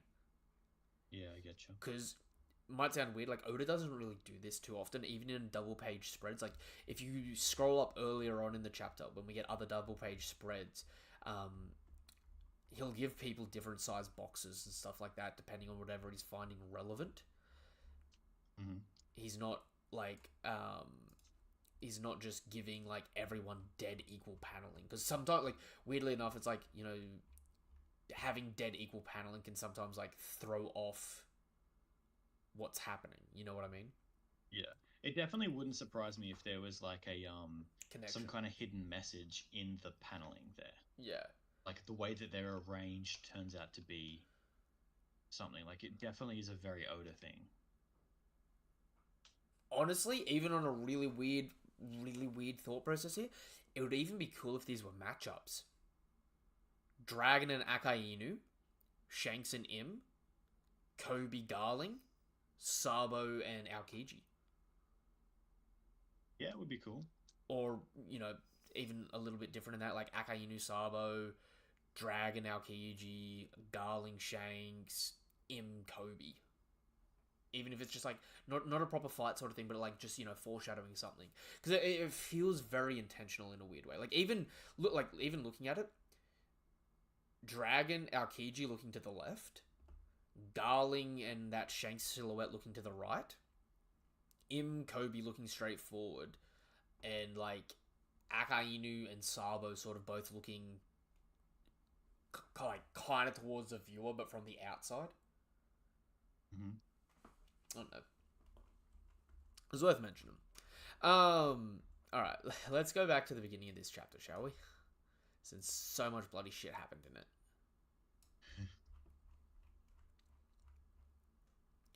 So, okay. Saturn attacks all the giants, and the giants block all of the attacks. Weird, though. Okay. How do you interpret this panel, Eggs? Because, like, there are explosions happening on all the shields. Did all of the giants block individual attacks? Or is there just, like, a sort of shockwave coming from Saturn attacking? Yeah, I think it's almost like a Gatling, and then they all just kind of held their shields up, and the Gatling just went into all of their shields. Yeah. No, I kind of agree with that. But in a weird way, that means Saturn has like his own Gatling attack, and also is like bypassing some of these giants to hit the dudes in the back. Well, that's the thing, is I'm thinking, like, if you were trying to attack and a whole group of dudes are holding a shield up, wouldn't you just like hit the one dude over and over and just bat the shield down? Yep. Which actually, low-key, kind of funny. Because like in the next section, like when Luffy's winding up this punch and Bonnie's getting shook, we see Luffy punch Saturn here with a mission, and like that way he's not poisoning himself, but he's batting away Saturn's like toe, right? Yeah. But then later on in the chapter, Luffy, like there's a scene where Luffy does like a jet kick in Gear 5, and he kicks Saturn's toe into his other leg, trying to poison him. Yeah, right. So I'm like, okay. We haven't had an actual discussion, one of these discussions, in a while now, have we? Yeah, it's been a while. So I actually don't think I've had the chance. How strong are you gauging the Gorosei? It's been a long time since I've asked you that. Look, it's really hard because they're essentially like immune, right? It almost seems to me like they're more like a bag of tricks as opposed to like raw strength, although obviously they are like really physically strong. But like, okay, so a bunch of giants can block them with a shield. Yep. So they're not like Ido, like mace hit kind of strong physically, but I like, again, like you can't beat them, right? Like you can't kill them. And I don't think they're gonna get like low diffed by someone. I don't think they're like weak enough that like someone can just kind of ignore them. It's like, yeah, sure, I can't kill you, but I'm just gonna ignore you. I think they're stronger than that. So that's what I mean. Like they're at a really weird spot. I mean, I'm not gonna lie. I could actually potentially see the Giants blocking Kaido. Potentially. I think so. Potentially. I Dang. think Kaido like. I want to say a Thunderbug does more than what Saturn's doing here, but at the same point in time, I've seen some better, like not all, but some better feats from Saturn than I have Kaido. Like, okay, like, so, like, put it this way, the fuck, I forget his name. The sword, is it Warcury, the sword guy? It's Nusturo. not Warcury, is it? Baron V Nusturo. Nustro, yeah. Warcury is the bird, right? No, Warcury's the pig. Mars is the bird. Ah, shit. Is that Okay, because anyway. you think the bird's been having the best showcasing? Yeah, and I feel like he's doing like cutty kind of things. Yeah. I don't know. Anyway, yeah. So, what's his name? The horse dude, swordsman. He's going around and he's chopping all these. He's chopping all these pacifistas in half like it's nothing, and it seems to be like there was a quote that someone said. I don't think it's genuine, but they said like, "Oh, he can cut anything." They said that, but I don't think he actually can. Like, I don't think he can cut diamond. I don't think it's that thing. But he is very strong. But when he went up against Zoro, like when he approached Zoro, I wasn't really worried. You know what I mean? Really? Like, I feel like Zoro could fight against one and do pretty well. It's just he couldn't kill him, so he'd lose. But I think they are strong enough that, like, they can run around and kill basically as many pacifists as they ever need to, and it's not a problem. And they could probably fight anyone less than Zoro in sword wise. Do you think they're weaker or stronger than the admirals? Weaker, but immune to damage, so they'd win, but weaker. Alright, so they'll just get their ass kicked for a while and then eventually just time them out, sort of thing, is how you're viewing it. So that's the thing. I think they're weaker, but I don't think they're weak enough that they're just going to get absolutely smacked around. Like, I think it's going to be a fight. So that's the kind of like the level that I put them at, right? Like, I think like above first division.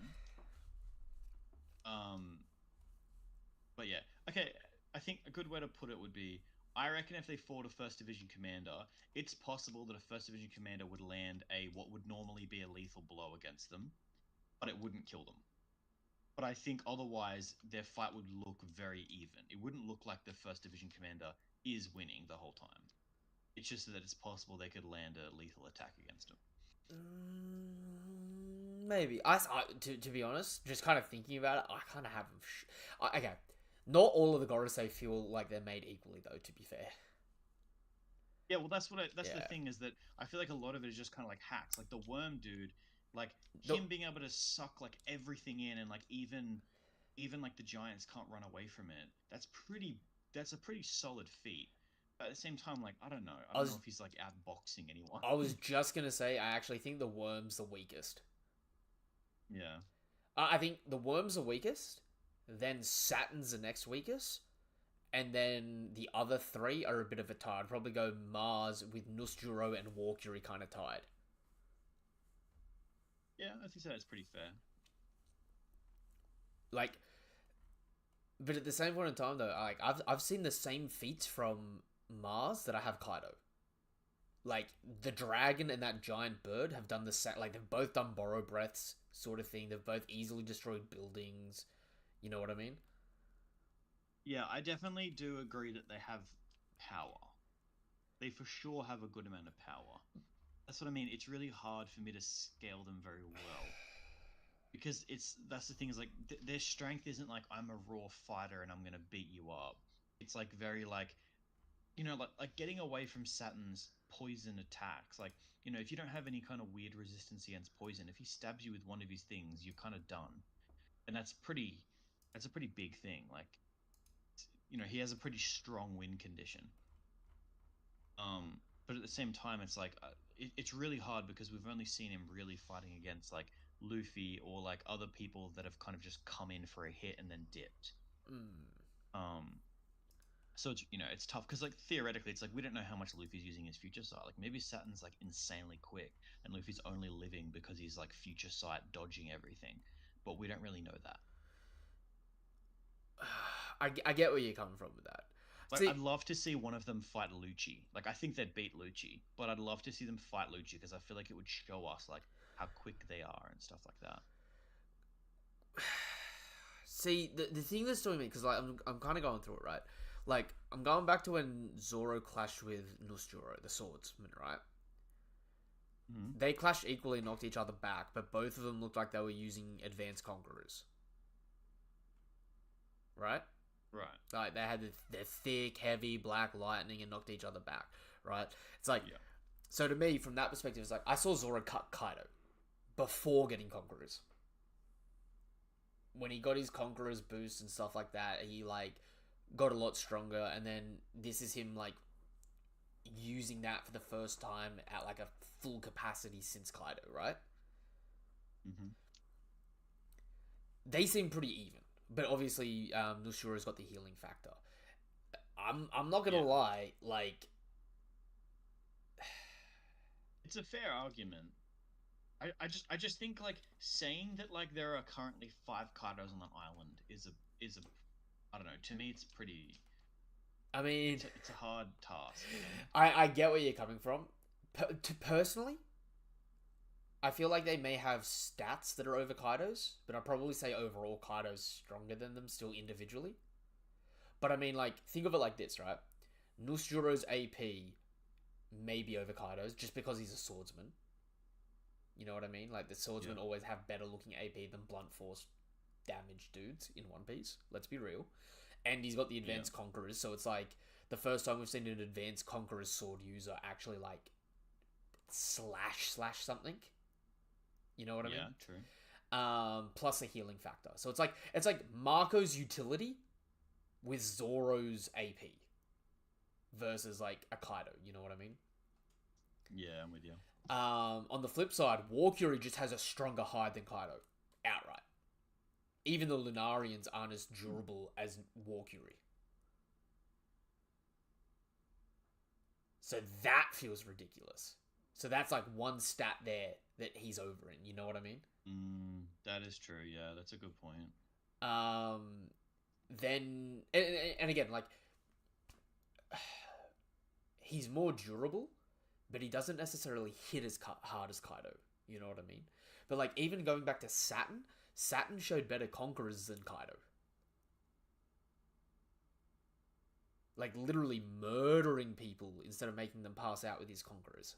Yeah, but we still don't know that that's Conquerors for sure, though, right? True. It is like okay. It has all the telltale signs. That they have some weird. I still think they have some weird like demon magic or some shit that they're using. I don't actually know if they're a fruit. To be honest, looking at them, I like. Okay, this might be a weird take, right? They all have very specific hacks, but they don't all seem to have the same hacks. You know what I mean? Mm-hmm. So, like, obviously, not all of them can fly inherently. Mars is the only one that just has, like, the ability to fly, right? Yeah. All of them can heal. But the way in which they heal is shown slightly differently depending on which Gorosei member it is. Right? With the exception of War Fury, I don't think we've seen War Fury heal. I think he's the only one that hasn't healed yet.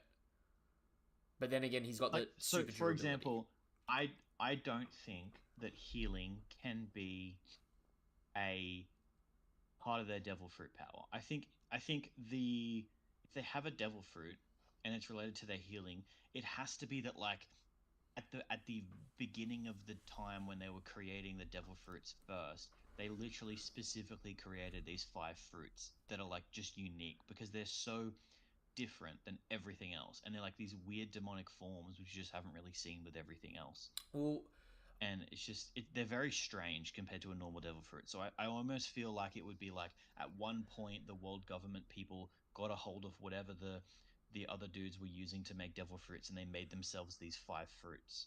And then that's like the most of the devil fruits are the good guys' devil fruits, and then those 5 are the bad guys' devil fruit. It'd have to be something weird Ooh. like that. What about though? Because okay, so, just for argument's sake, say they're not demons and they are devil fruit eaters, right? Yeah. This would be the only, outside of Luffy, this would be the only 5 awakened zone users that were mythical that we know of. Right? So the healing factor could be what happens when you awaken a mythical zone, regardless of the type. Hasn't Luffy awakened a mythical zone? Yes, but Luffy has also not taken any damage since awakening. I mean, he fought Kaido, like he almost died, and then he came back and went back into Gear 5 But again. Kaido cut through his body, and there were no cut marks. Like, he literally cut clean through him, and he was immune to the cuts. When did Kaido cut him? When he hits him with the demolition gust. And, like, you actually see, like, I'll pull up the chapter if you want, but they're like, you literally see the blades go clean through his arms and legs and torso, and blood spurts out, but there's no cut. So it may be just shown differently for Luffy because he's rubber, but it's possible that all the mythical zones when awakened have a like a Wolverine style healing factor, or like we've seen with the Gorosei. You know what I mean? Right. But like separate to that, they all have hacks that seems very unique. Like obviously Mars flies and can shoot like a beam breath out of his mouth, right? Mm-hmm. If you notice, Nusjuro, the swordsman that fought Zoro, so you know how he's a skeleton horse? Yep. Did you notice he gets the same abilities as Brook as well? He gets the same abilities as Brook. Yes, with the ice. Oh yeah, he's got the ice thing. Yeah. Yeah, so like he like freezes you when he cuts you, but also we see like the ice fire around his sword. So that's almost what I mean by like, because I feel like the reason why Brook gets that, because the way that it kind of just described was that like he kind of like can tap into the chill of the underworld, dead world, like the land of the dead, and bring the cold land of the dead to his blade, kind of deal. That's like what they originally described it as. Yeah. And I feel like with this ability, like I almost feel like it's like almost like you're using like demon like plane magic to like bring the land of the dead back. Like I don't know if it has to be a devil fruit. I feel like that to me is a big demon ability. Like you're a devil and you have hell powers. By all means, I get that. But if it is a devil fruit, it's functioning the same as Brook's. Like skeleton horse, skeleton person, underworld, ice abilities. Yeah, but that's the weird thing, because Brook isn't a skeleton person. He just rotted and inhabited. He just came back to life, and he is a skeleton, and he has powers based on his weird circumstances. Well, I guess in that case, then maybe Brook's not meant to have those powers, but because of what he did to himself, he artificially developed them. Yeah, that's kind of what I mean. That's sort of like my understanding of like Brook's abilities. Whereas Nusjuro might just have the ability that grants those powers outright. Yeah, like he can tap into the hellscape. Like I feel like Brook's ability just let him tap into the hell area. Weirdly enough, I feel like the summoning circles? Yeah. I feel like that's actually unique to Saturn. Like, Saturn summoned himself onto this island and then summoned the rest of the Gorosei to this island. I don't think all of them just have the ability to inherently summon. Yeah, okay. Possibly, I'm not sure. It almost seemed like, though, that, like, the Navy Marines came on and, like, drew a circle that he then summoned. No. He then got summoned. He just formed the circle himself on the island and then teleported to it. Yeah, okay. Because then we also see this. I would agree that it looks like he got some. Like, it looks like the other ones got summoned by him. But yeah. It also, I don't know. It was also kind of like he sent out like a mental message, like, "Hey, get over here." And they're like, "Okay, we'll come." But then, yeah, it could go either way. Honestly, I haven't even really thought to mention that. But yeah, it actually brings up an excellent point. Do all the Gorosei have the voice of all things? Because they're all telepathically talking to each other. Again, that's the thing, is I just think like all of their abilities are just like so like that's not ability Intertwined. though. Well, with the voice of all things, Because like to have all of them have the voice of all things is pretty cracked. I mean, final villains. Yeah, I don't know. The problem is that I feel like I'm disillusioned with them being final villains now, because we've seen Luffy fight them, and realistically, if he knew how to kill them, he could kill them. Like, I honestly reckon that Luffy could just beat them one after the, like, as long as he's fighting them one on one, he could fight them all one on one, back to back, and beat all five of them if his damage was permanent. The old once Luffy can hit you, he can beat you. The old crocodile merchant. Genuinely, I think like the only reason they're winning is because he can't hit him. It's like the what's his name? It's like Crocodile. It's like realistically, if Luffy could hit Crocodile right away, he would have fucked up Crocodile. Yeah, that's fair. That's fair.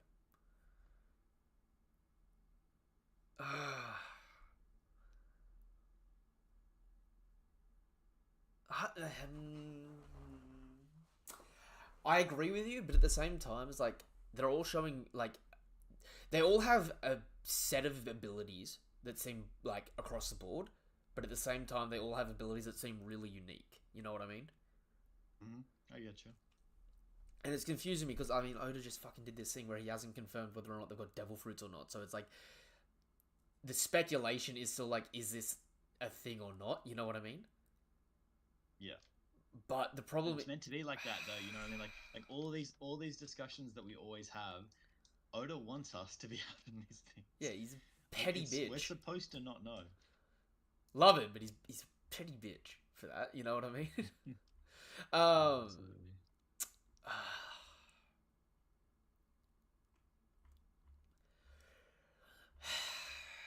What do you think's gonna be the thing that allows you to hurt them? Because I don't think I've really talked to you about this yet, but I even had the idea, what if the healing factor, and this is gonna sound really red hot, right? What if the healing factor isn't devil fruit related, but is instead Haki related? And it burns through an abnormal amount of Haki, but like, so you know how Haki is typically split up into observation, armament, and conquerors? Yep. And when we think of armament Haki, we think of like defending yourself or arming yourself, right? So it's like, you can harden your skin with the hardening technique, and although people use it offensively, it's actually a defensive ability, right? Same with a mission. A mission can be used defensively, but it's actually meant to be like the offensive version of armament, right? You know how observation has such a weird broad spectrum thing, and then they introduce the Haki that stops people changing things about you with devil fruits? Yeah. Like what Law and the Yonko were doing? What if the next step of that, the advanced version of that, is using your Haki to go, no, this is what I'm meant to be, and undoing damage to yourself. But it burns through a really large amount of Haki. It'd be interesting. I feel like that would imply that the Gorosei have like an insane amount of Haki then. I mean, it was already stated that they've got more Haki than Kaido and Big Mom. Haki or like their conquerors? Synonym for both. Conquerors was being used, but Jinbei mentions that it was this like strongest Haki he's felt. And he's felt all three Yonko's Haki. Yeah. I don't know. And that was just for Saturn. Yeah, but I mean, like, no one else knows how to like project Conqueror's Haki like that. Like, he would have felt like Big Mum's offhanded, like when she punches, and you can kind of feel it from ages away. But as he felt like, he's felt their Conqueror's Haki, and he's felt Big Mum's armament hardening outright that we've seen. Yeah. And he's been present when all of them use Conquerors. I don't know. See, Conquerors is a weird thing because it's like, a bunch of people have it now, but like few people have it Good. like really specifically. You know what I mean? Like few people like really use it. Yeah, I Like get ya. if someone said that someone has better Conquerors than Shanks, that's mad praise. Mm.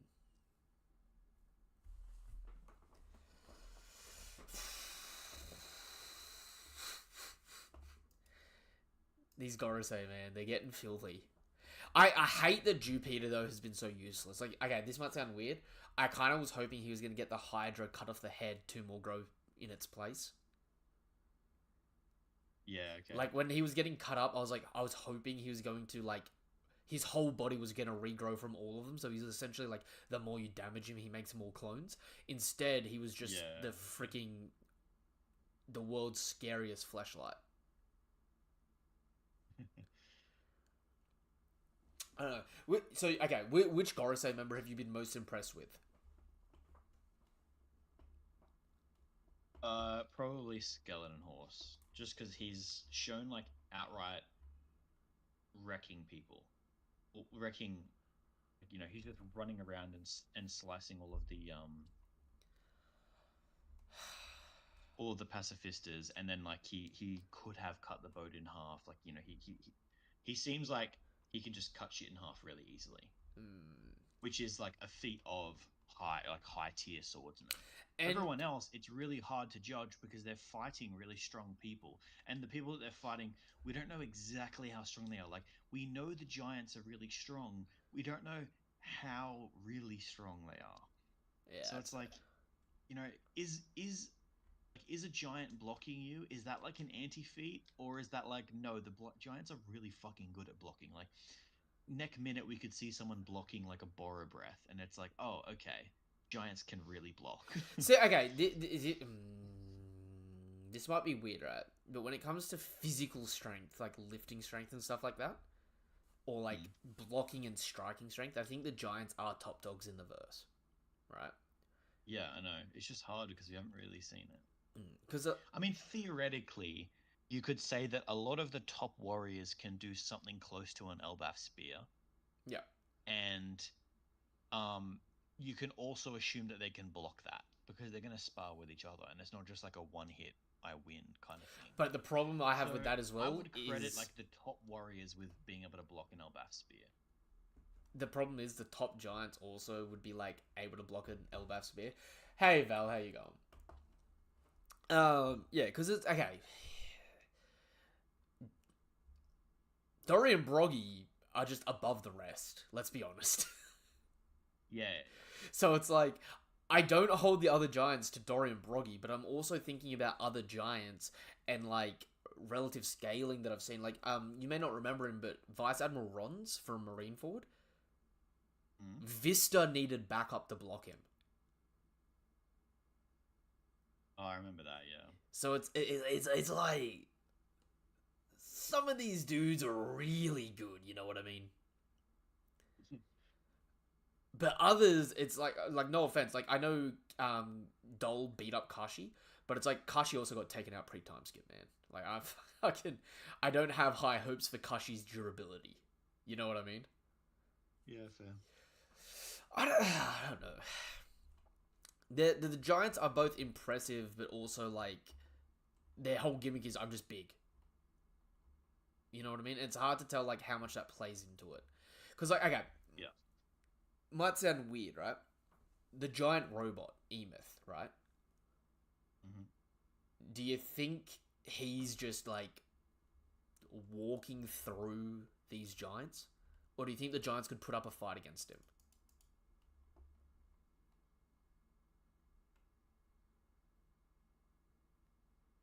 Because he was tossing around some of the Gorosei. The normal warrior giant? Yeah. I think he'd probably be walking through them. I mean, to be fair, he's probably much bigger than them. Like, I'm pretty sure he's bigger than Oars and that. Like, he's supposed to be like 200 meters tall, to be fair. So they're probably like fucking the size of his bootlace. You know what I mean? Yeah. But like, what I'm more sort of meaning by that is like, there's no easy way to gauge how strong a giants are. Because, like, okay, I'm looking at the chapter 1118, right? 1118. Mhm. They're blocking Mars's fire breath, the same fire breath that cut through Egghead. Yeah. So I was like, to me, that's fucking strong. You know what I mean? Yeah, it's pretty strong. But at the same time, it's like... It's very hard to gauge them because their abilities, yeah, to me, are just so fucking Dude, weird. okay. It's so weird. It might sound dumb, right? I feel like the giants can hit really hard. The giants can block really hard hits, but I don't expect any of them to survive getting hit more than once. Yeah. Actually, a good thing, kind of like way to thing is the reason why I'm leaning so hard on like the like they are like demon power kind of thing is I feel like the way that I would think like power scaling their power, the Gorosei, is almost like taking like one of the Jujutsu Kaisen like curse monsters and trying to power scale them. Like like they've got like these weird bodies and weird abilities, and they just seem very different. It's like, how do you power scale one against another? It's like, oh, this one looks really scary, but I don't know where I would rank it. Just hacks. That's it. It's just hacks.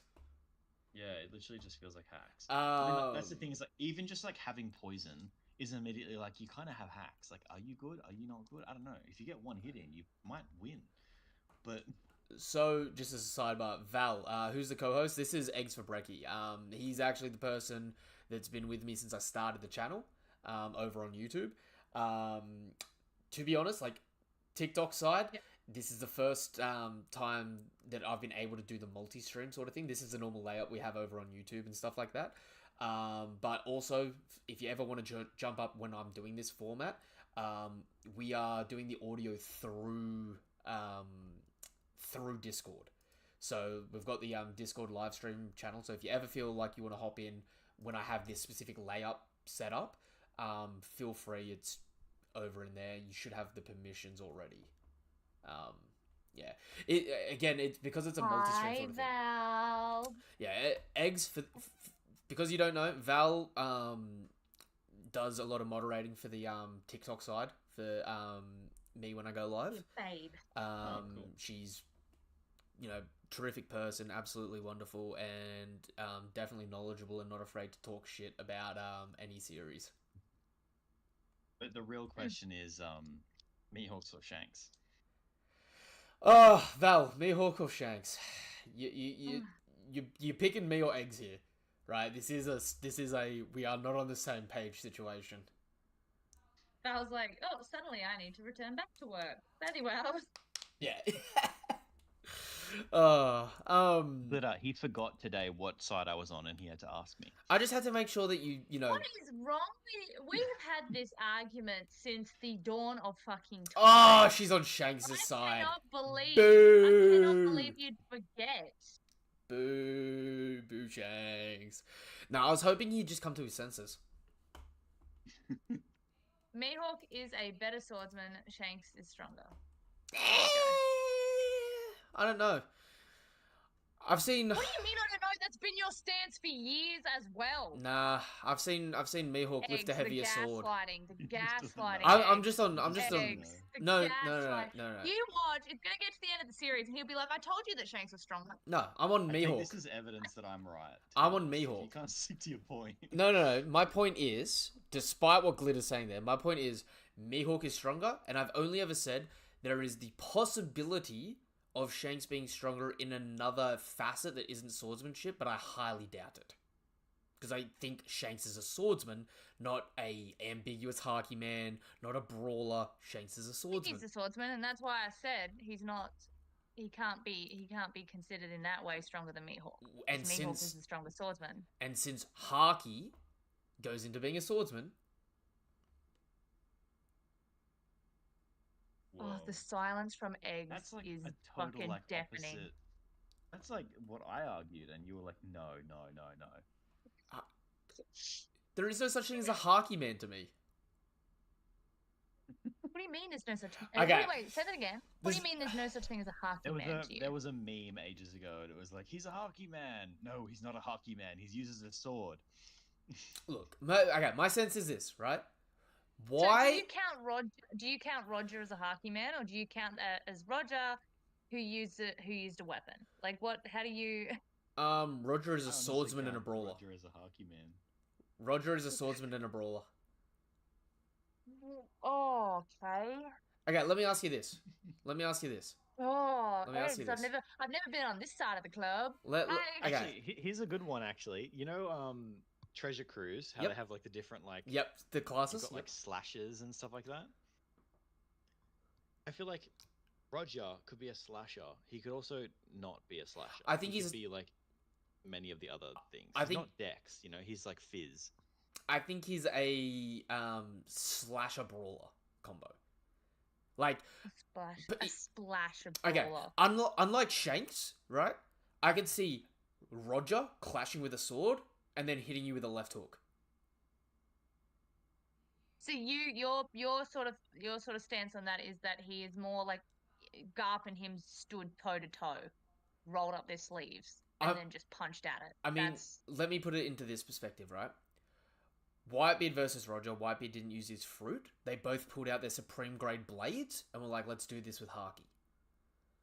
I don't know if he does the same thing with Garp, but I would not be shocked in the slightest if when Garp pulls up, Roger puts away his swords, pulls out his two fists, and goes, let's fucking do this.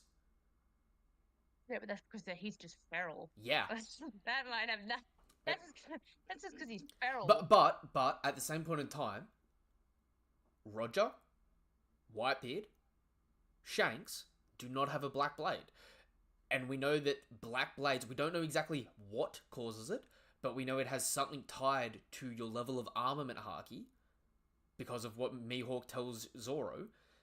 So to me, it's like they are saying that Mihawk, in some way and shape and or form, right, has Haki better than them in that capacity. In whatever that capacity is, to make a black blade, Mihawk is over those people. Val coming in with the Saba has the supreme grade pipe. Okay, that's a fair point. He clashed with Fuji. Oh, Eggs, you haven't heard about this, I don't think. Fujitora has a supreme grade blade. I have heard about it. You have? Alright. So... How do you feel about it? Yeah, good. I like Fuji, to be honest. Yeah, Any high Fuji can get, I love it. I love Fuji. Honestly, I want to see Fuji come back into the story because I want to see him actually falderizing people with the gravity. But I'm saying canonically, Sabo with his huckied up metal pipe beat Fuji's sword when they fought at Aoshima. Bean. She was mentioning she was talking about a different kind of pipe. That's a the other.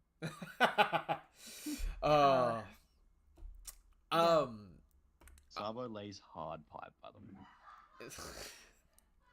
Love it.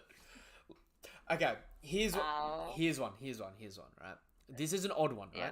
Fuji's now confirmed to have a supreme grade blade, right? Mm-hmm. You know how Greenbull was going around with what looked like a black blade, but it was definitely a sword, right? Yes. Do you think Greenbull's also going to be confirmed to have a supreme grade blade? I believe Greenbull sat in a corner and painted it black, but that's no, I'm not going to hate Greenbull so openly. Yes, I am. Don't be afraid, it's Greenbull. Don't worry, I don't think there's many fans of Greenbull out there that are going to be like, I've got to defend this, man. You know what I mean? They're welcome to give it a go. Fair. Because what, like 12 supreme grade blades, you got Ace, Cloud Cutter, Gravy Blade, the Kitetsu Blade. Griffin isn't confirmed. You got Yoru though, so that's 5 out of the 12 grade supreme grade blades there. Griffin's not confirmed to be a supreme grade blade. Surely Griffin is a supreme grade blade, right? Wait, did I say Whitebeard, Roger, Whitebeard, Roger, Fuji, Nosturo, Mihawk. Yeah, there's 5. 5 confirmed. I don't know. Mihawk still stated to have the strongest Supreme Grade blade. That's all I'm saying. Sound like a robot a little bit to me. I don't know if you're getting that too, Eggs. What is I'm it coming? definitely getting that. Is it coming through crackly, or is it just because of me? Mihawk isn't Shisui. No, Shisui isn't a Supreme Grade blade, but it is a black blade. Shisui is the grade under. It's one of the well-made grades. Are you guys still hearing it robotically, or is that just my voice? No, that's how I'm hearing you. I hear you okay. Okay. Oh, well then. TikTok. Fuck, Do don't I mind sound me. off? Do I sound off on TikTok? Maybe you're just like used to me sounding. Yeah, maybe I'm just tired of hearing. Yeah, that makes sense.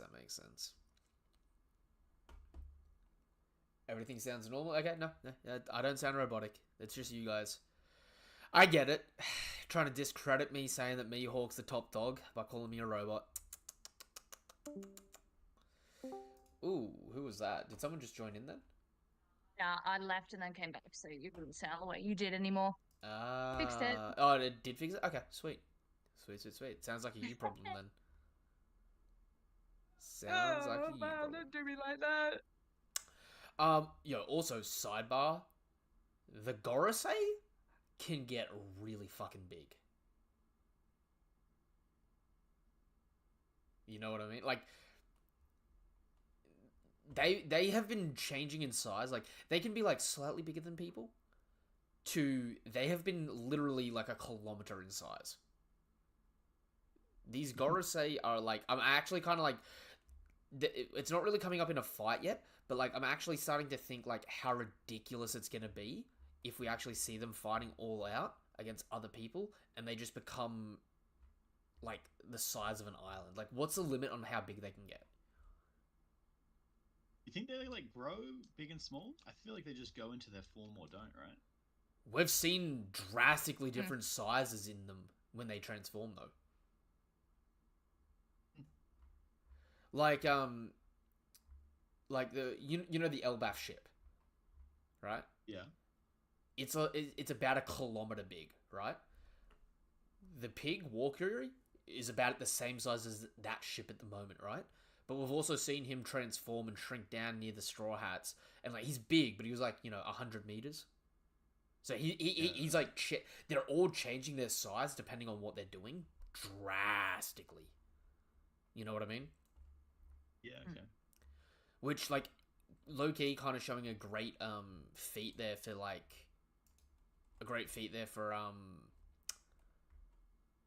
whatchamacallit, like control of their abilities. But it's just, at the same point in time, it's kind of like, is it a devil fruit or not? That goes back to that stupid question, you know what I mean? Yeah, I get you. What are your predictions for next chapter? I think it just kind of tied it up into a nice, neat little bow. I think it'll just be trying to get out of there. I like the idea of Uma like blipping them away. I feel like though, like what happens to the ship though? No, he blips the ship away. Like the blips the ship. He blips the ship. Was the idea. So like both of the ships. Be a really good.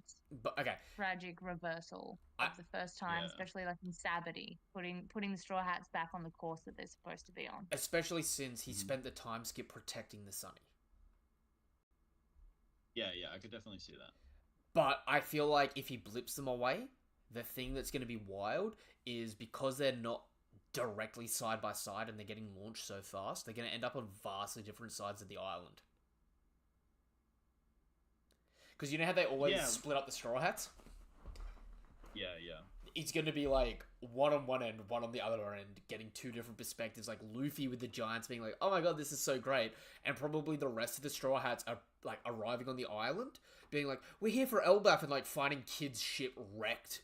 The Kid Pirate's dead in the water. They're like, what the fuck happened here? You know what I mean? It'd be interesting if their ship hit the world tree. Ooh. As they were flying through the sky. They hit the world tree and then they all like flew off of it. And then yeah, and it'd be cooler to see like Usopp drop in front of like Loki, and that's who he runs into. And then a funny little thing that I think Loki should have is he's extremely gullible. So Yeah. like every time Usopp says a lie, he just believes it, and then he ends up thinking that like Usopp is like actual like God Usopp. He's like telling them about like Dressrosa, like everyone was calling me God Usopp. He's like, wow, you're a god. He's like, yeah, totally. And then when they show up, Loki's like obsessed with Usopp, thinking that he's a beast.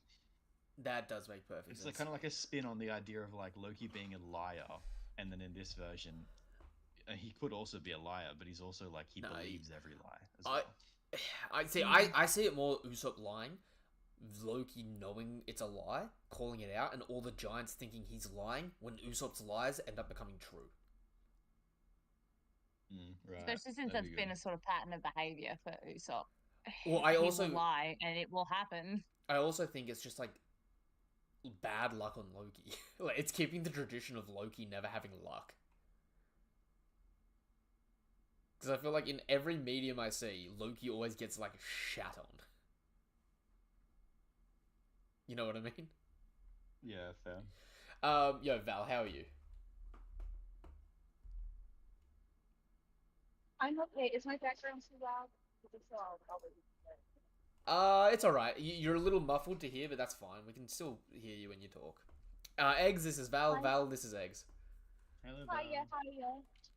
Nice to meet you. Nice to meet you. Oh gosh, I wanted to ask you, like, we're always in like mixed company, and I don't like giving that fandom any sort of wiggle room whatsoever. So I'm like bringing it up in front of them. But the whole like when people sometimes they feel how big one pencil is or whatever, and then Sorry. they use the whole since people traveling for 3 days at the speed of light, they didn't sort of Val, I'm sorry whatever. to cut you off. I can't hear you properly. Is there any chance you can get a little closer to the mic just for that last bit? That like last two sentences, just like tape it off ever so slightly.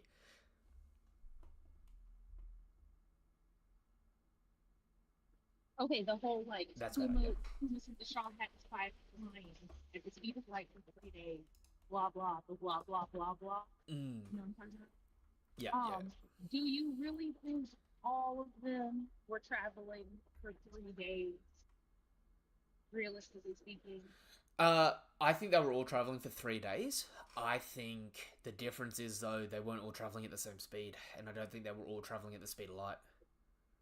Okay, thank you. Okay, because they, I love them. I love them. But they keep using that argument, and then I'm like, it doesn't make sense that Luffy would have been traveling for 3 days at the speed of light to get to Amazon Lily, and Rayleigh was able to swim there. Okay. And granted, yeah, okay, like, It's the power of Yum. Furthermore, when did Rayleigh even leave on his track to start going to Amazon Lily? Because he wouldn't have left until after Marineford. Yeah. So how long was Luffy out? Or whatever. How long was Luffy like unconscious or whatever? Between Marineford and Rayleigh showing up. We know he was out for a week, but I don't think that even really matters, because the reason why I don't think it's the speed of light is because if they were all getting moved directly at the speed of light, then all the islands that they landed on would have been on a perfect radius away from Sabaody, wouldn't it? Because if they all traveled the exact same speed for the exact same time, all of those islands would have to be perfectly that far away from Sabaody. I know, and they were in all the different cities. Like, Robin was in the east, Chopper was in like west or south or some shit. Like, anyways, like I said, also another argument I want them to retire that they used to make their point. Like, Luffy did not bring baseball into. I was like, please, Mr. Four. No. Oh, I mean, yes, Mr. Four. But I've been waiting for someone to bring that argument up with me recently, because I know you'll like this. You're a fan of Sabo, right? Before Dressrosa, Sabo made it into one cover page as an adult, and it was a cover page where Sabo, Ace, and Luffy were all playing baseball. And I know that's not the main story, but like, to me, it's like all the cover stories, even if they're not canon, are like things that it's like, you know, I feel like they're understood and present in the world. You know what I mean? For the most part. But yeah. That honestly, there's been a lot of disingenuous Yeah, that makes arguments. sense to me. I don't know. It's like Sorry. it's a ball sport. You know what I mean? Like, why is baseball the thing that needed to be invented when there's a whole MMA ring in One Piece that we've never seen anything on? It's been mentioned once, but it's like apparently there's a world martial arts tournament that everyone undertakes, and there's MMA fighters from around the world that come together and stream it and fight together. And it's like, okay, I guess I just have to understand with a grain of salt, even though there's like all these other ridiculously strong people like the Yonko and that, there's actually still like, there's a sports channel that people watch around the world and participate in. And there's so many like small little things like that it's just like, I feel like anything sport related, like, you know, Luffy making the baseball cap and that, yeah, I think it was Toon Force. I think he pulled that shit out of thin air. But even though he pulled it out of thin air, it's not like he invented baseball in the Water One Piece to me. You know what I mean? Right. And I know the whole, like, Luffy Boundless thing, like, it started out, like, on the scroll or whatever. Like, you know, SpongeBob they were saying, give me this game. Like, all right, you're going to play this game. I can play this game. I did that earlier. I got the entire verse almost to start. I said, oh, I was like, based on the Naruto skills, I was like, I can get everybody to start level then. Like, shoot, they're all stars. It was actually quite beautiful. It was really natural. Yeah, I mean, it's like... But yeah, I was like, I feel like y'all are starting to regurgitate this.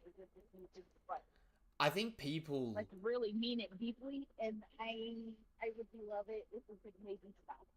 I think people get defensive in like power scaling when other people, when they're constantly battling other people that are disingenuous, they become disingenuous because it's a defense mechanism. You know what I mean? Like, Oh, absolutely. That's how I ended up with the Star argument, because they wanted to do the whole like, oh, get anybody in One Piece Quest Island, blah blah blah blah blah. So then I basically made everybody star level based off of Ace. I was like, okay, Ace made a star, Blackbeard beat Ace, Blackbeard star level. Oh, it was like the Admirals versus the or something like that. And they were like, the Admirals are coming to meet us, blah blah blah blah blah. And I was like, okay, well, the Blackbeard star because he beat Ace. Then from there, I was like, Inu, David Law went toe to toe, 1-on-1 with Aka Inu with Blackbeard. Law's star level. Luffy's over Law, like, period. So Luffy's star level 2. Like, see, you want to go? We can go. I feel like with And all... it sounds stupid, doesn't it? See, okay, yeah, that's a perfect example there. So you know how I always bring out panels for everything I'm saying on live, right? You can tell when I don't believe a scale, because instead of me explaining the scale, I just provide panels when people ask. I go quiet on it because I'm like, I'm going to provide the evidence for you to be able to support whatever claim you're making, but I'm not going to be the one advocating for the claim. Because it's like, the whole scaling thing, like, okay, eggs. We haven't really had this discussion with you, right? But like, okay, in scaling, right? A lot of people use like Battle Wiki and that as like a baseline for how to scale, right? Sure. There is a scale that what people tend to do when they're scaling nowadays especially, is it's who can get the highest sounding scale, right? So it's like, you know, I'm island level, well, I'm planetary, oh, well, I'm universal, right?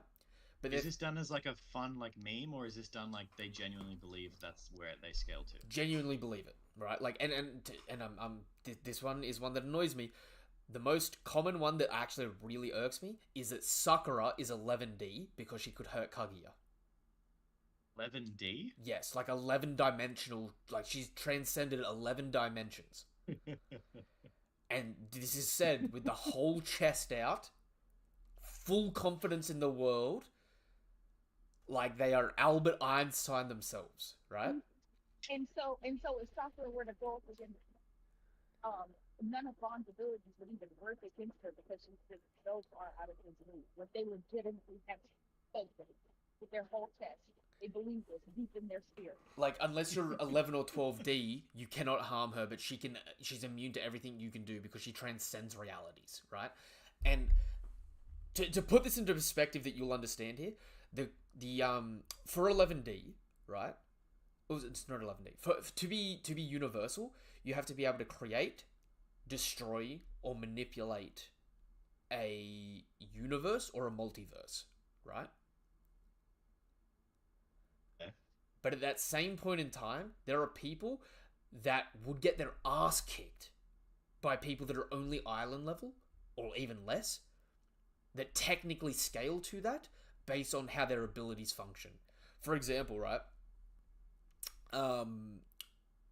Mont d'Or can create an infinite multiverse of books, right? Yeah. Mont d'Or, based on the description of the powers, is multiversal because he can isekai people. Yeah. Right? But at the same point in time, I could walk up to Mont d'Or, slap him on his fat cheese belly, and punch him in the nose. I could potentially beat up Mont d'Or. That does not make me multiversal, does it? Yeah. But the whole spiel at the moment for the power scaling community is like, who can get the biggest number, and then you can't affect me unless you're on this level. Like, every character in all of these shonen aren't like okay, good example here, right? Naruto was never stronger than Kaguya, but he beat Kaguya through other means, right? Luffy wasn't necessarily stronger than Kaido, but like Kaido got worn down and then Luffy beat him. Like, all of these series, all of these characters that people fucking scale so disingenuously, it's like, are we forgetting that the main characters are weaker than these characters and eventually have to overcome them? Yep. Because if it worked with the way people like describe it at the moment, it's like, oh, nothing could affect them because they're a dimension above them, and it's like, okay, yeah, but that also then there would never be a way for the main character to beat them unless they transcend that, and it's just artificial power jumping and scaling, man. It is so. And for me specifically, I really can't stand the Naruto scale because they steal everything based off of Kaguya. And I'm like, but Kaguya has always been jumped. Tell me that they can still steal her away. They can pull off the same feat without outside help. Like, why? Like, even if you want to say, like, okay, I get that Sakura is strong enough to punch Kaguya and do damage to her. That makes sense of them being relative in that particular category. But as an overall combatant, like what did I come? Oh, the car. Okay, so me with a bat, I can damage his swing and damage a car and do damage to that car. Okay, cool. But can I still do damage to a car? Can I still do damage to a car with driving around and weaving at 60 miles per hour? Prove that. That's what I want you to do. And they can't. And it's annoying. The worst part is that they never produce feats. They produce artificial points where they start like chain scaling without ever actually. It's a chain scale, exactly. It's always a chain scale, and there's always one point where if you disagree, it ruins their entire point of scaling. But they use that as a jumping off point to be like, this, therefore this, therefore this. And it Was just that like today that One Piece doesn't have souls? Oh my god, yes. Oh my god, that conversation. Oh my god, I'd finally forgotten it. Why did you remind me? Sorry, why? Drama. Wait. Yeah, so- Was it Toshiro/drama? Yep.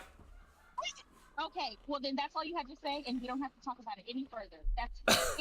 It is pathetic, but I already know exactly which dumbass baby man child it is that's being annoying as fuck based off of who live the argument happened in and what their dumbass take is. Oh, So It's eggs. always either Toshiro, it's Carol, or it's fucking Roger. Okay, no, Val. Charon was the voice of reason in this argument. I'm sorry, you said what? Charon was the voice of reason in this Okay, argument. well, 100%.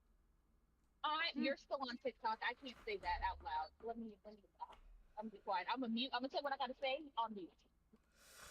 Oh. Anyway.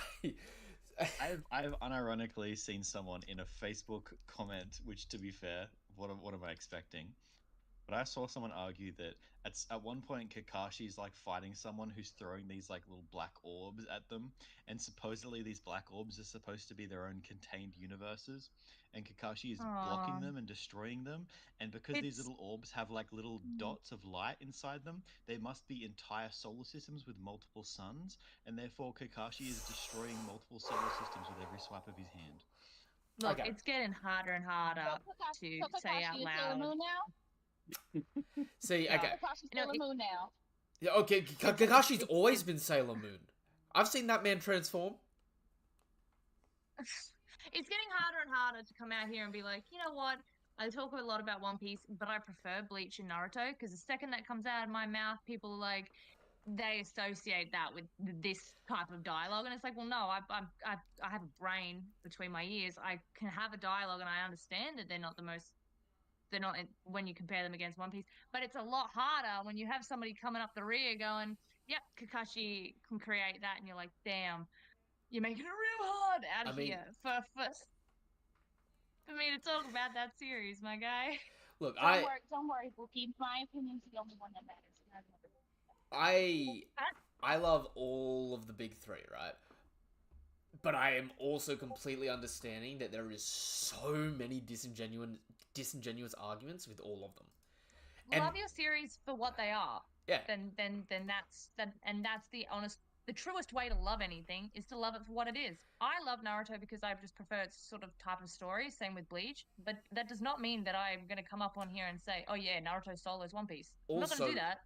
Also, let's not pretend like retcons don't exist, and like retcons can be re-jumping off points for authors, right? Like I was explaining earlier today to Charon, right? Like Oda gave an explanation for the cat out of bag technique for Kuro early on in the story, and then in a later SBS he goes, "I no longer want you to think that. I want you to think this instead." That's a retcon. It wasn't always planned. It's perfectly fine. The author changed their mind about something. Just like Naruto was written by Kishimoto, and then Boruto was written not by Kishimoto until much later on, but written by Kishimoto's editor who took over for the franchise, right? At the beginning of the Boruto manga, they give a detailed breakdown on the stats of all characters. Naruto is less than 2 times stronger than the regular person.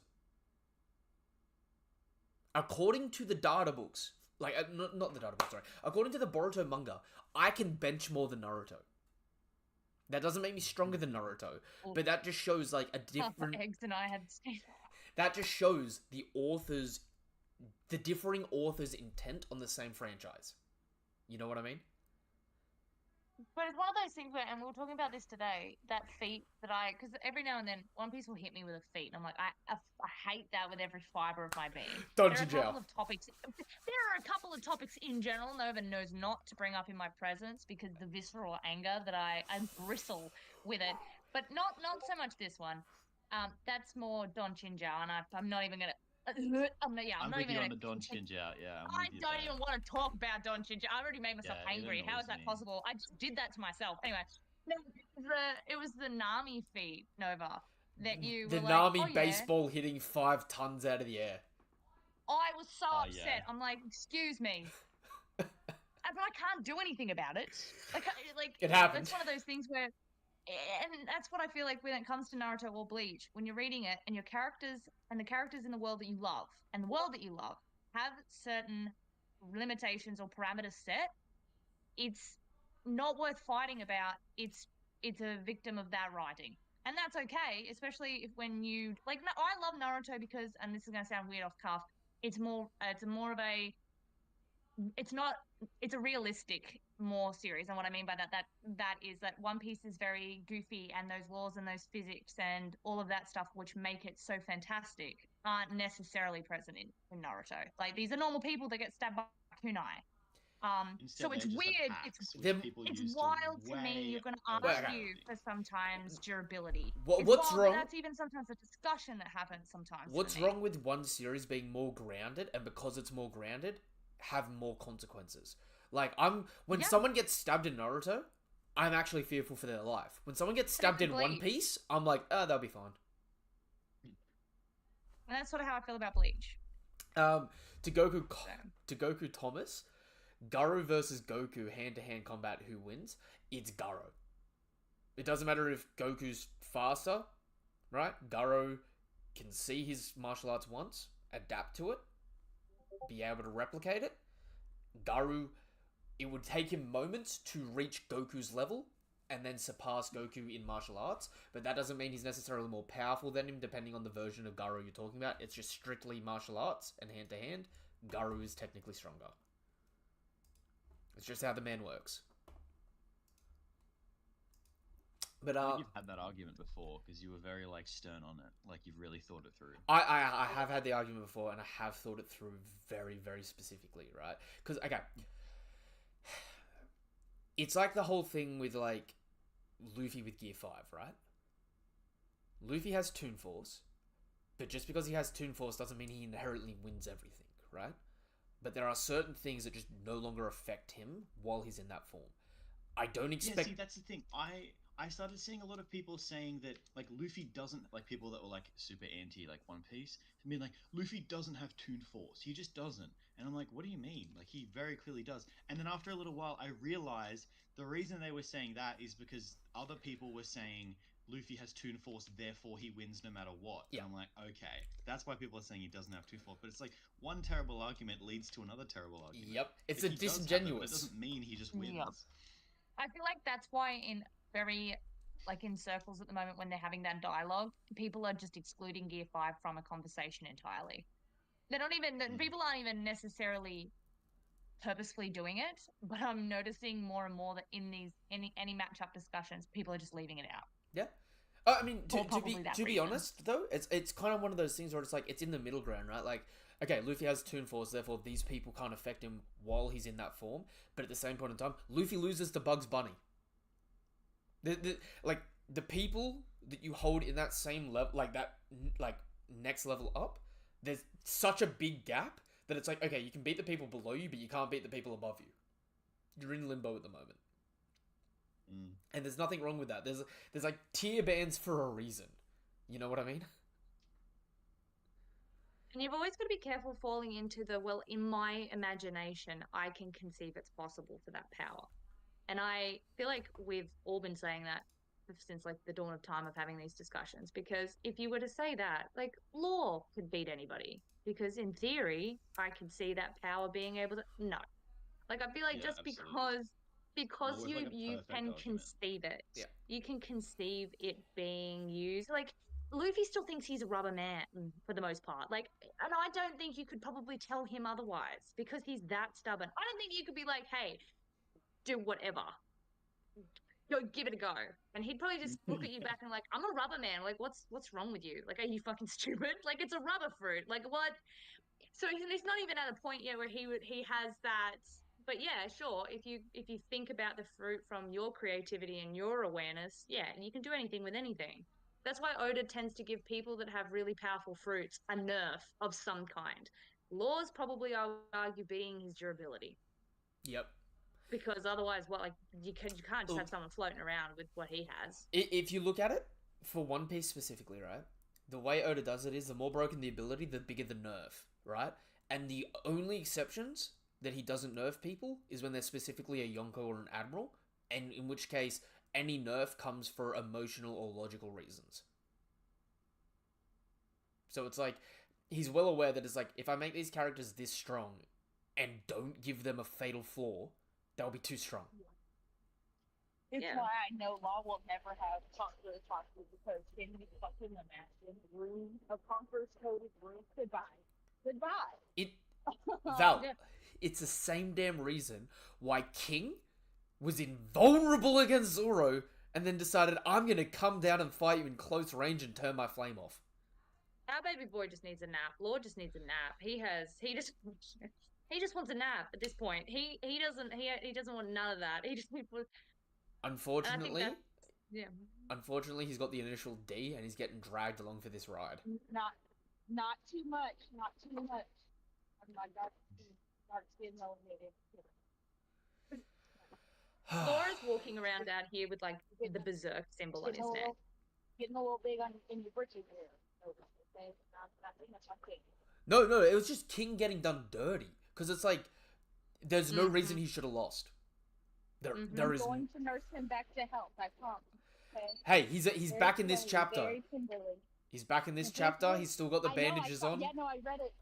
I saw it. I was like, oh, I'm so glad I read it. It's alright. I understand that you're doing the whole Stephen King keeping him in like too sick to be like allowed to get out of the nursing situation, but not healthy enough that he's like, you know, you're keeping him strictly just sick enough to look after. I understand.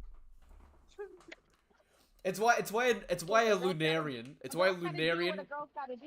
You know what? He's very pretty. He deserves to live. That's all. That's all there is to it. A Lunarian with an ancient zone a month after a fight should not be bandaged up.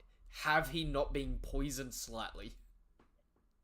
Nah, Charles in the comments is right. Zoro's Haki forces his opponents to make bad decisions to lose on purpose. I mean, look. That's funny. Well done. It's Zoro, man. Like, he's the master of bad decisions. He confuses people as he gets confused in what direction to go. He is... Bless him.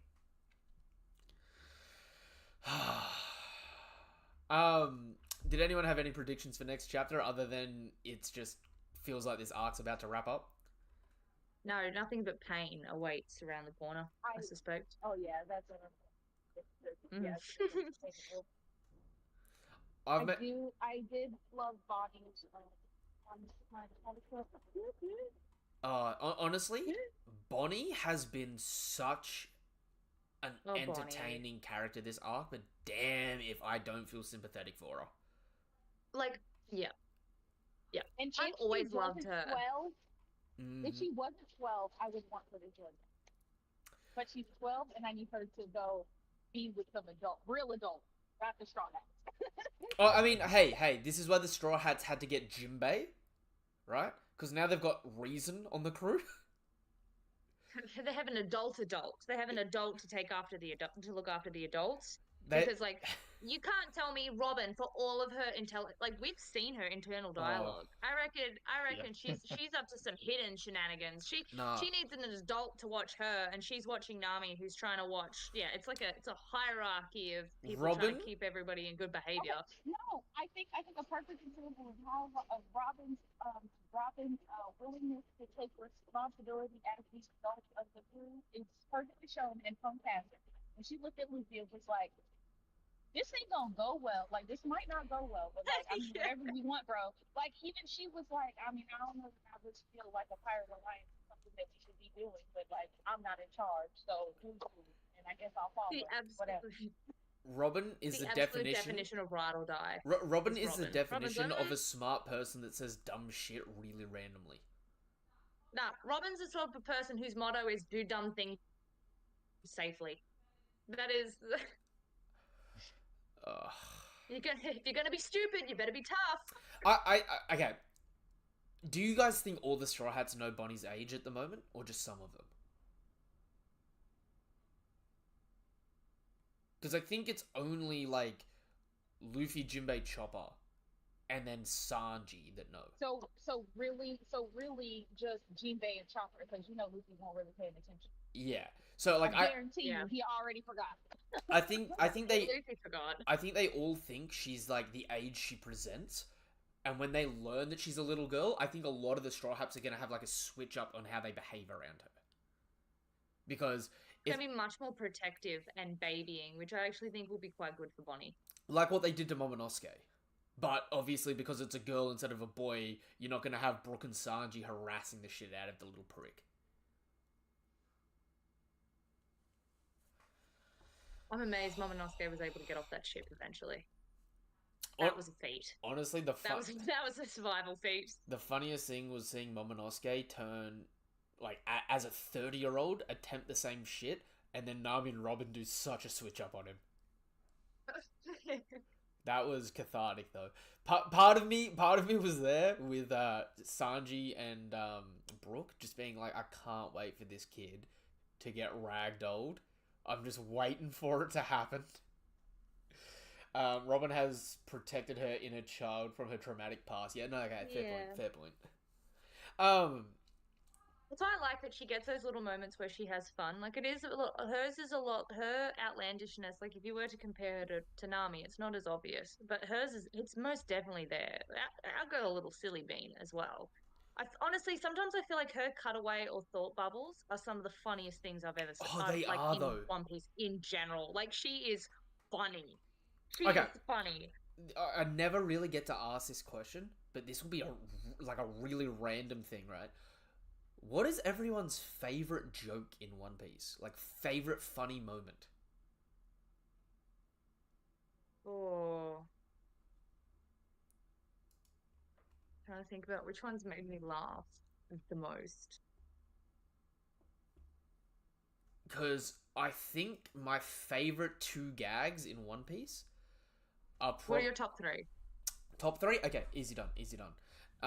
In no particular order, right? Mm-hmm. The Straw Hats on Punk Hazard stuck without their winter clothes when they get to the winter side, seeing the pirates beating the shit out of them and robbing their clothes. Yep. They're like, you know when it like cuts to them and they're all in like Robin's, silhouette like, with the filthy little face. eyed. Yeah, they're all like, I want the one on the right, I want the one on the left, I'll take the one in the middle. Like that moment to me, I was like, I feel that in my soul, but that is also such a pirate thing to be like, nah, fuck these guys, I'm taking their clothes. I can't handle this. Actually, that reminds me of one. I think one of mine, of my 3, is when Luffy puts... Is it Luffy? It's either Luffy or Usopp. They put the booger in the glass. Yes. Yeah. And then he just gets forced to drink it. Because Zora was actually paying attention. To this day, that still makes me giggle. My number 2, I think, is in Thriller Bark, where the Straw Hats have been fighting tooth and nail against Oars, and they're struggling and they're running away doing hit and run tactics, and then Oars gets stuck in the ground, and all the Straw Hats, when they realize he can't move, switch up, pull up, they get the silhouette face again, and they all like, they go from being absolute cowards running to like, we are the most badass fuckers here, and they all take turns attacking Oars while he's stuck in the ground. I feel like the pushing the zombie back into the ground probably also classifies. That's a good moment. Oh god, that made me giggle. Okay, yeah. The zombie into the ground. Just it's push. sad because like I would say two of my favorite jokes or whatever are from Thriller Bark, and I absolutely hate watching. I hate Thriller Bark so much. The fucking laugh. It's the laugh, but that and the whole like, I want to see this robot, and Robin's like, don't you ever fucking ask me to... Oh, the docking! Like that. That actually is such an underratedly funny moment. I also love the 3-sword style. That's not an insult, Luffy. 4-sword style. 4-sword style. That is never not funny to me. Whenever I see that, I'm like, yeah, I know I'm gonna laugh at that. Look, it's a beautiful swordswoman with meat. This is so niche. I don't know why. It still makes me giggle, and maybe because of just sentiment. But when Ace couldn't get past that fucking lizard in Alabasta. Oh, the anime filler? That's hilarious. He's looking at it, and then he like moves to the side to try and get out from, and then it just moves into his path. And he's looking at it after a couple of moments, like, is this real? Like, you're gonna get smoked, buddy. Move. Oh. Or Ace in Alabasta with, I think Ace is introduction in general, but Ace when he was like Luff, and then just smack straight into the bar. The ha face in Wano. That shit was foul but funny, and I loved when the Supernova trio did the face when they were all like, let's play chicken. Oh, trying to dodge the chicken. The chicken thing. No, no, no, no, no. Top tier moment in the entire out of all 1,100 fucking episodes. Anel's face when he finally realized that it doesn't matter how much electricity he shoots at Luffy. Luffy don't feel that shit. Okay, this might be a really random The tangent. fear on that man's face where he was like, "What?" Like, This might be a really random tangent, Val. But like we were in Swizz's live the other day, and it was like the question was what was the most influential anime, right? And I don't think One Piece is the most influential anime. I definitely think like things like Akira and stuff like that probably more influential overall. But I'm at the point now where I'm like, I don't think people realize that meme culture was built off the back of One Piece. I don't think people understand how many memes came from One Piece and just had a meme format because someone made a One Piece joke and other anime people didn't understand it and it just kept rolling. Like, you know the SpongeBob meme of SpongeBob pointing? That's the freaking NL face. One of the most popular meme formats is the NL face. And it's just like so many little dumb things like that it's like all these dumb jokes and gags get thrown in places randomly, have weird origins back to One Piece. The meme culture. It's not a moment. It's not a moment in the series, but I still remember the first time I was watching through One Piece, and we got up to like the graves. Like remember Nova, the thousands and thousands of graves, and I physically got stuck in a verbal loop going, "That's not a cactus," for like 5 minutes. Like I couldn't say anything else. But that's not graves? a cactus. It's not a cactus. I just couldn't say anything else. I genuinely think the world government, number one, but Baroque Works may be the second highest kill count confirmed in One Piece. I was horrified. Like, they have unironically got an entire island as a mass grave. And the, like, notable feature of the island is the mass grave looking like a natural phenomenon. That is so stupid. And actually so messed up when you think about it. Oh. There were so many people. I'm going to wrap up very shortly. I have to have some dinner. It's about to be 10 o'clock where I am, and I haven't eaten yet. And that is not good for me. Is there anything anyone else wants to say? Any predictions or any thoughts about the latest chapter that anyone wants to mention while we're still up and running? No, not necessarily. No. Alright. No, I'm all good. I hope you guys enjoy your dinner. I'm not gonna I will. And those lovely people watching on TikTok at the moment, I know this was my first multi-stream, but now that this is set up, I can actually stream a lot more in this format, which I'm much more used to over on TikTok, which is good because I can bring you guys and girls things like the tier lists streams and stuff like that. So we can get your input in like making tier lists and stuff like that with the tier list makers. Have a bit more fun. I can actually go through my freaking folders quicker and easier to do like discussion streams and stuff like that and breakdown streams and stuff like that. Bear with me because it's still going to be a learning process and a learning curve, but it is really appreciated and it is really cool that I can do it now. And it may also mean that I get that I start gaming multi-streaming a lot more coming up, because that'll be a lot easier for me now, because in the past I could only do it to Twitch, and to be honest I would get lazy with it because I could only stream to one place at a time. So it'll be a bit of a change of form, but hopefully it'll be for the better. Well, thank you for what you do. You post all the time at all for us and the channels and the walking encyclopedia of knowledge and your daddy of a bookshelf. It is. Manga collection. Oh, just wait for it, Val, because I've had the fill. I've had a fill of it, right? Because oh no. okay. You probably haven't heard this. God. Did I just activate a rant? Yeah, I'm you so did. sorry, You did. Brittany. This is That's the alright. this It's is alright, the baby. You could not have known. You couldn't have known. It's okay. this is the last rant to end the live. I'm sick and tired of hearing about the best feats in Naruto supposedly coming from the novels.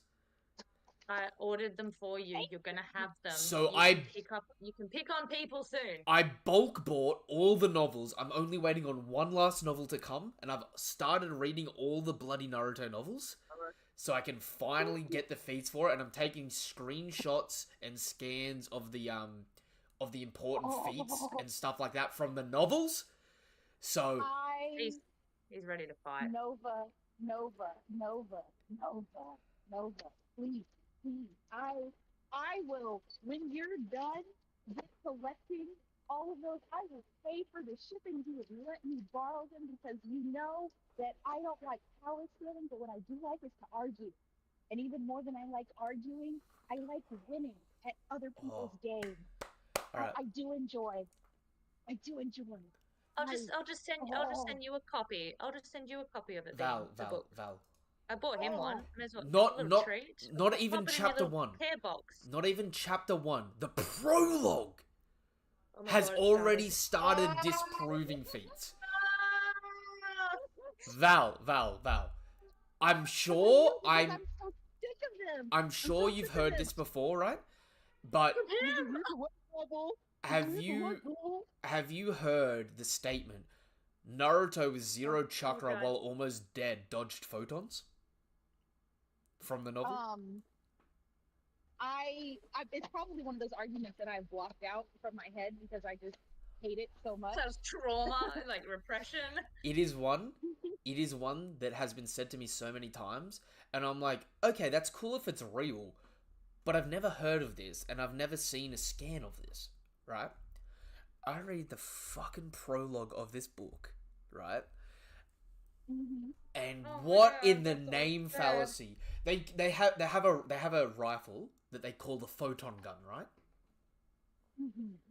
So I would understand. It's like Darwin's laser shit. No, even worse, right? They call it a photon gun, and then they explain that it shoots a bolt of electricity, and then they give you the wattage for it, telling you how powerful it is. See, that's the thing.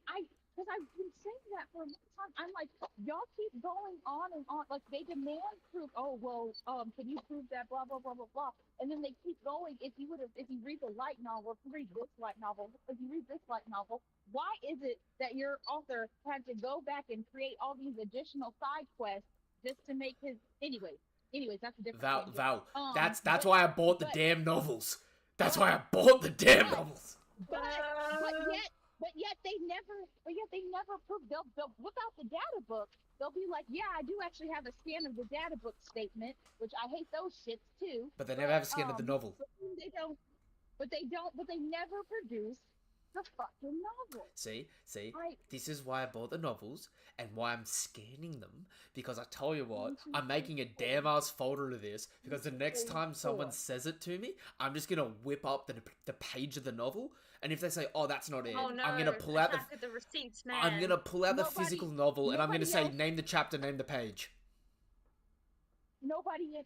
Oh my God! Only the people who are present right here and right now. Don't tell anyone else that you're doing this, please. I want to be present. I want to be present. I want to see it happen in real time when their little hearts shatter. The worst part is, go, oh God, I want the New feats. World Supernova has the light novel on hand. The worst part is, I want the feats to be real because I don't want to have been lied to so much. But the problem is, I've started the novels, and already I'm either going, you failed 10th grade math, you failed 10th grade English, or you're lying to me, and it's one of the three. Well, I do in fact call them George W. Bush victims quite frequently. So there's that.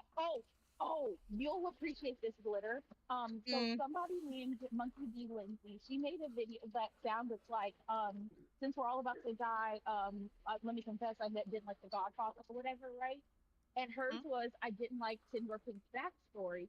And of course, the dudes are in her comment section losing their goddamn minds, talking about some, oh, so you just don't have a heart, so you're soulless, blah blah blah blah blah blah Oh, blah. And nice. Nice. somebody had commented, they were like, this is an issue of reading comprehension. And so I'm gonna make a flow chart when I get home. Oh, I like a good flow chart. It's nice. I like it. Mm-mm. That tickles the tism in just the right way. I like it. I Nah, like it because nah. That is the ultimate kind of like checkmate there. If someone pulls out a fucking flowchart on you, you've lost. If I'm someone going just to- says they're gonna make a flowchart, you just go, you know what, man, you win. You've got this. I'm gonna make a flow chart. And what makes it even better is that I had you know the ADHD, you know the autism. It be telling me that I should be organized, but then I don't actually like commit to the things that would make me organized or whatever. Oh, yeah. So at the beginning of the year, I had got a count like a big like desk calendar or whatever, and I was like, That I is need this to keep mhm. track of, and it's still on like February, which means that I can take multiple months together. We've got giant To make- whiteboards around this house. Yes, Yeah. to That's make this what's flow gonna chart as happen. big as I need it. Oh no!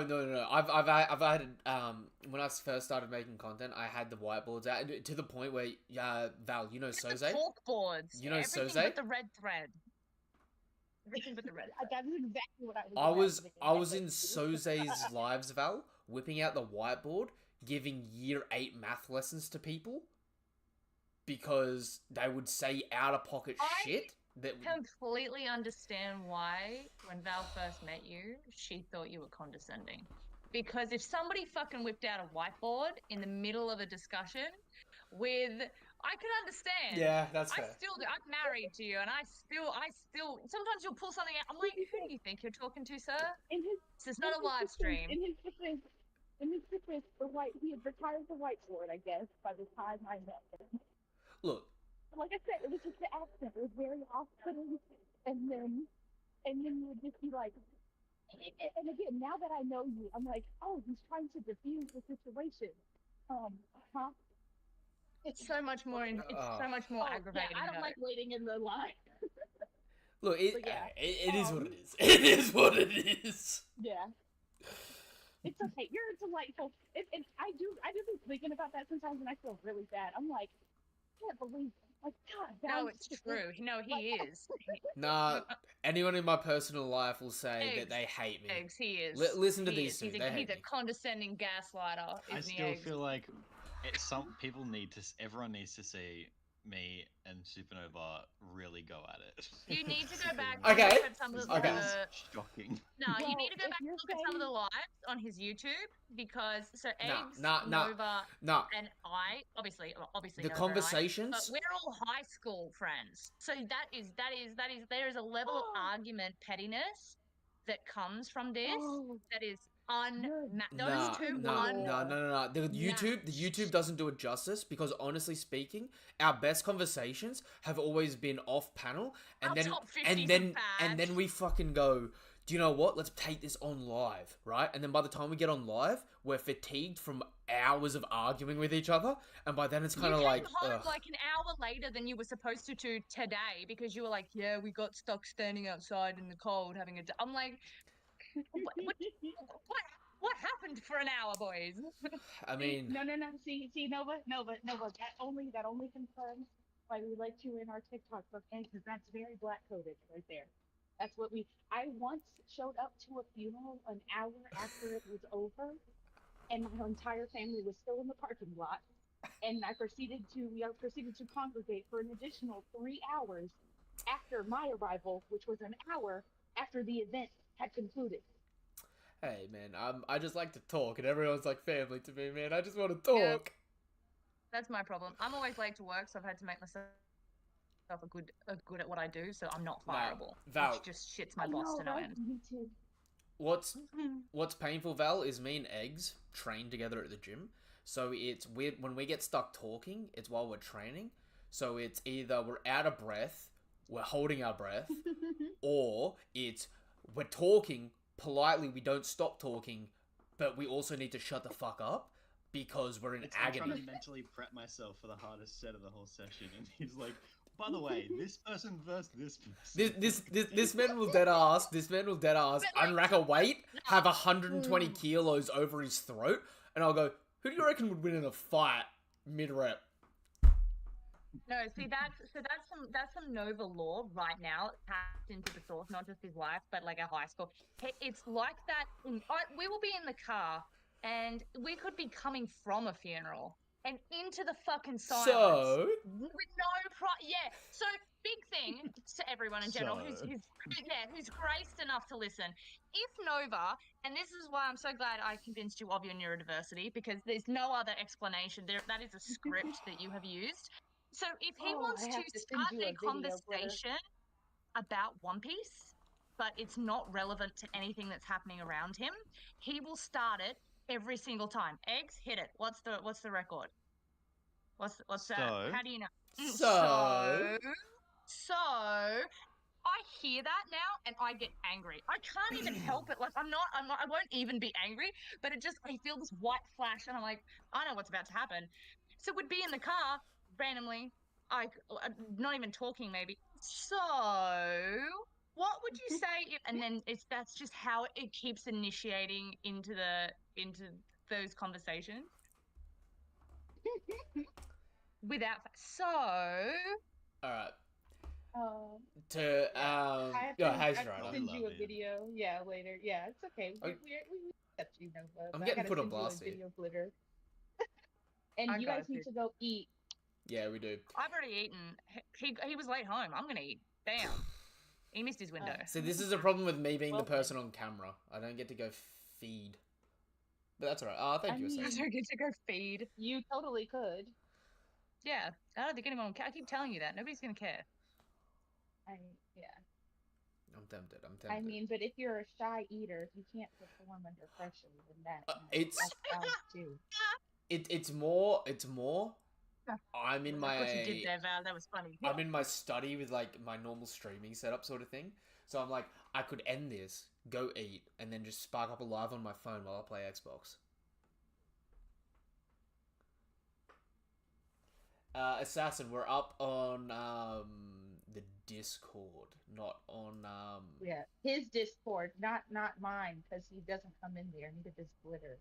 I Fine. am Even in though, there. Even though just... I even tag him sometimes. Do you? That's when because AM they like me more than you, Nova. Nah, all I see is okay. Look. Politely, Val. The thing you'll learn about me is I'm in so many fucking group chats in so many different. No, the easiest way is No, I Val feel is you. very You're fine. ADHD. He's read the message, he thinks he's replied, and then just moves on. That's the most accurate way I probably can describe Or it. I'm busy through the day.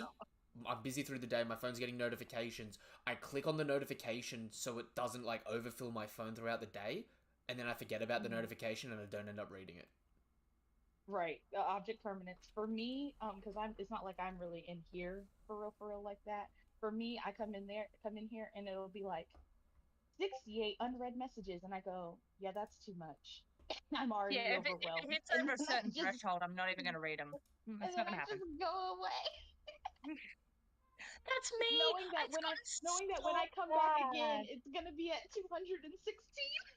It's gotten so bad at the moment that I did say I've started gaslighting myself. Nova's been laughing. I open it and I'm like, man, if I just don't look at those, they're gonna go away.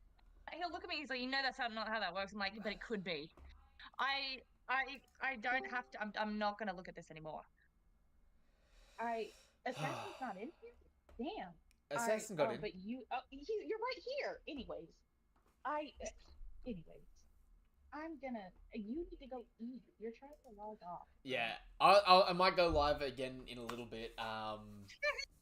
Put some versus matchups on. Hopefully I can convince Eggs to also come over to TikTok at some point in time, because I can ruin his life that way. You can't. He's studying physio. He cannot get stuck on TikTok. Yeah, it's but bad enough that I did. It's bad enough that I did. No, but hear me out on this. Hear me out on this, right? I'm doing the underrated feats, and then I bring in the physio to talk about what's anatomically possible and what's bullshit. I love how you said anatomically to the speechy while talking about physio. That was art. That was art. Hey, I can wordsmith. Sometimes. Nice. I was reading this story today, and they started talking about the 12 cranial nerves, and I was like, "What is this revision? Oh. What is? No, I don't want to read this." I have my weird little hands, my hand on the side of like the hands on my face, and like to remember the facial, and then I use another system to remember the cranial. It's all fun, and I have to Mhm. memorize it using like songs. Otherwise, I won't remember anything. I need to anytime I'm doing like a review or a breakdown on matchups, I just need to have eggs in the background pop up, like Clippy the paperclip from Microsoft Word, being like, this punch landed on this nerve. Oh my god! If I you wonder had a if head anyone's, like, injury, broken what would be down your the, speech? What's called like Neji's fight, and like seen if they've actually hit specific spots that are. Do you know what? If I clip the entire manga of their fight, would you do that for me?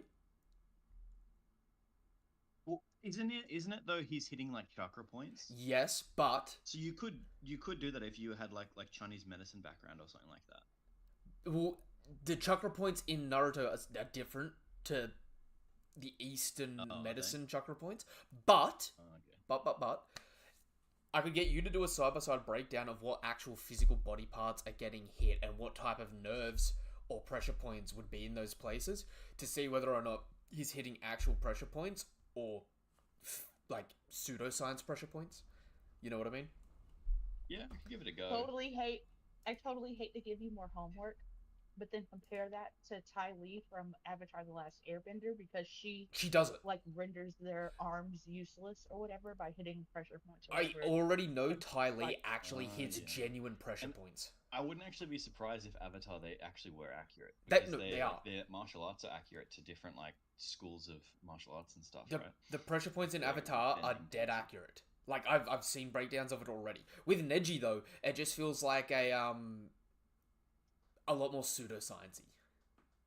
You know what I mean? Right. But I'd be curious because I may learn something. He may be hitting me in my bloody gut chakras. You know, giving me a bit of indigestion.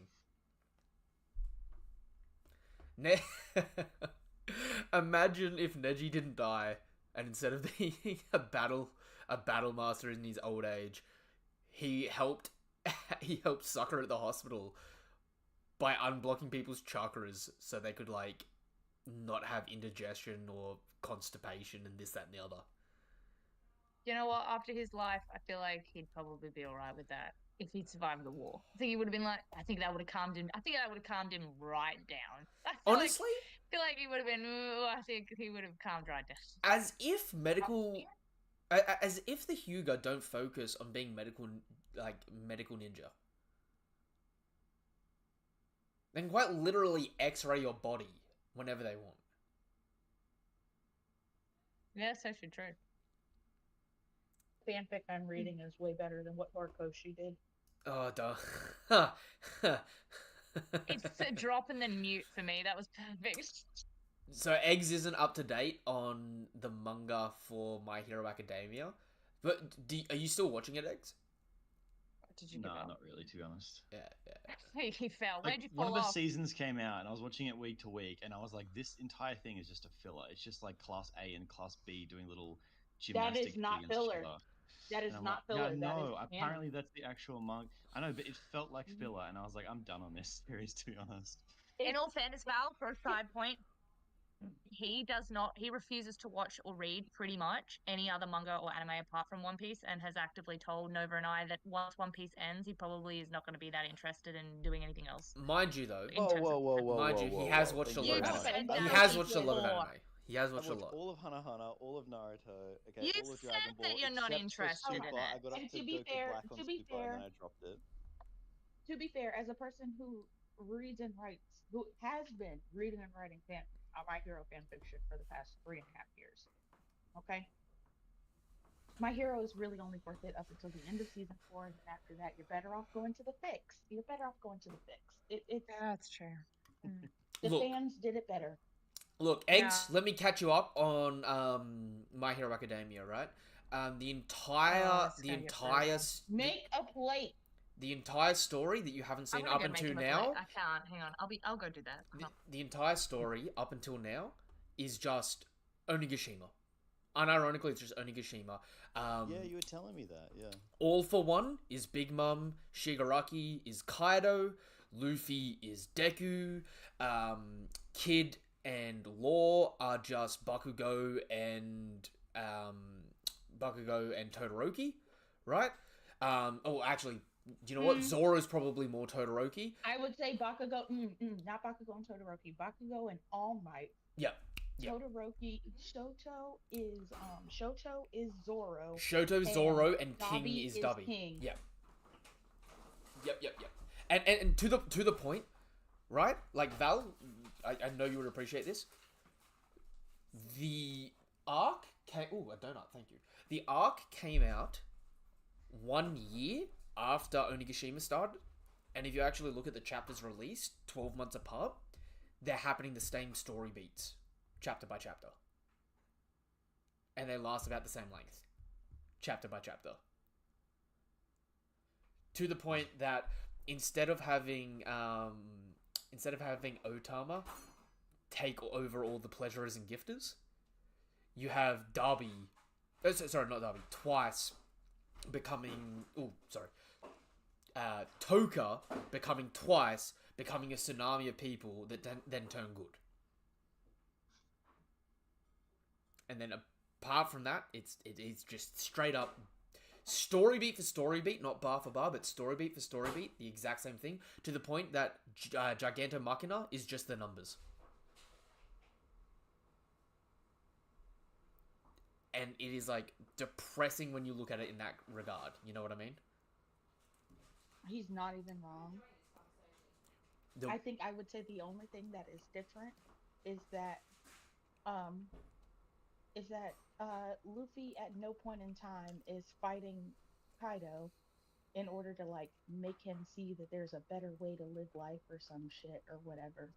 Like, I do appreciate that in the end, Shigaraki was like, yeah, nah, this is who I want to be. Because honestly, if he would have, like, fucking... Came to the good side? The Takano Jutsu would have pulled some Naruto shit, like Obito, and was like, maybe I shouldn't have given up on my... Like, I might have actually... Val. Broken things. Think of it like this. Imagine the world where, you know that flashback Kaido has when Luffy's hitting him with the Bajran gun? Mm-hmm. Imagine if that flashback ended with Kaido going, "No, I want to live. No, I want to be a hero." Oh god, I would have broken things. I would have broken things. But yeah, it just is. And then, like you said, the whole pigeonholing into, and then with the lazy ass excuse, I meant to say that to you before, whatever, the last time we had this conversation, of like, it's the lazy ass excuse because you're always mad about how they're staying in Japan, following Japan, blah blah blah blah blah. The excuse is that, like, the other countries are like, well, because some people were like, let's go help them, and they were like, well, actually, we'd rather just, like, bolster our defenses in case Japan fails and he decides to come over here next. They were like, we'd rather fight him, like, on our home turf rather than even though the concept of them fighting on their own turf was, oh, he has All Might, the world's best hero that he's going to steal the quirk of, and then Star and Stripes, the world's second best hero that he's going to steal the quirk of, and then Endeavor, Japan's new #1 hero that he's going to steal the quirk of. It makes no sense politically. No sense logically. What happened? There was something that happened that really, like, just, and then, again, we're talking about some disingenuous power stories, okay? So, these people, they'll be like, they'll sit here and talk about how, like,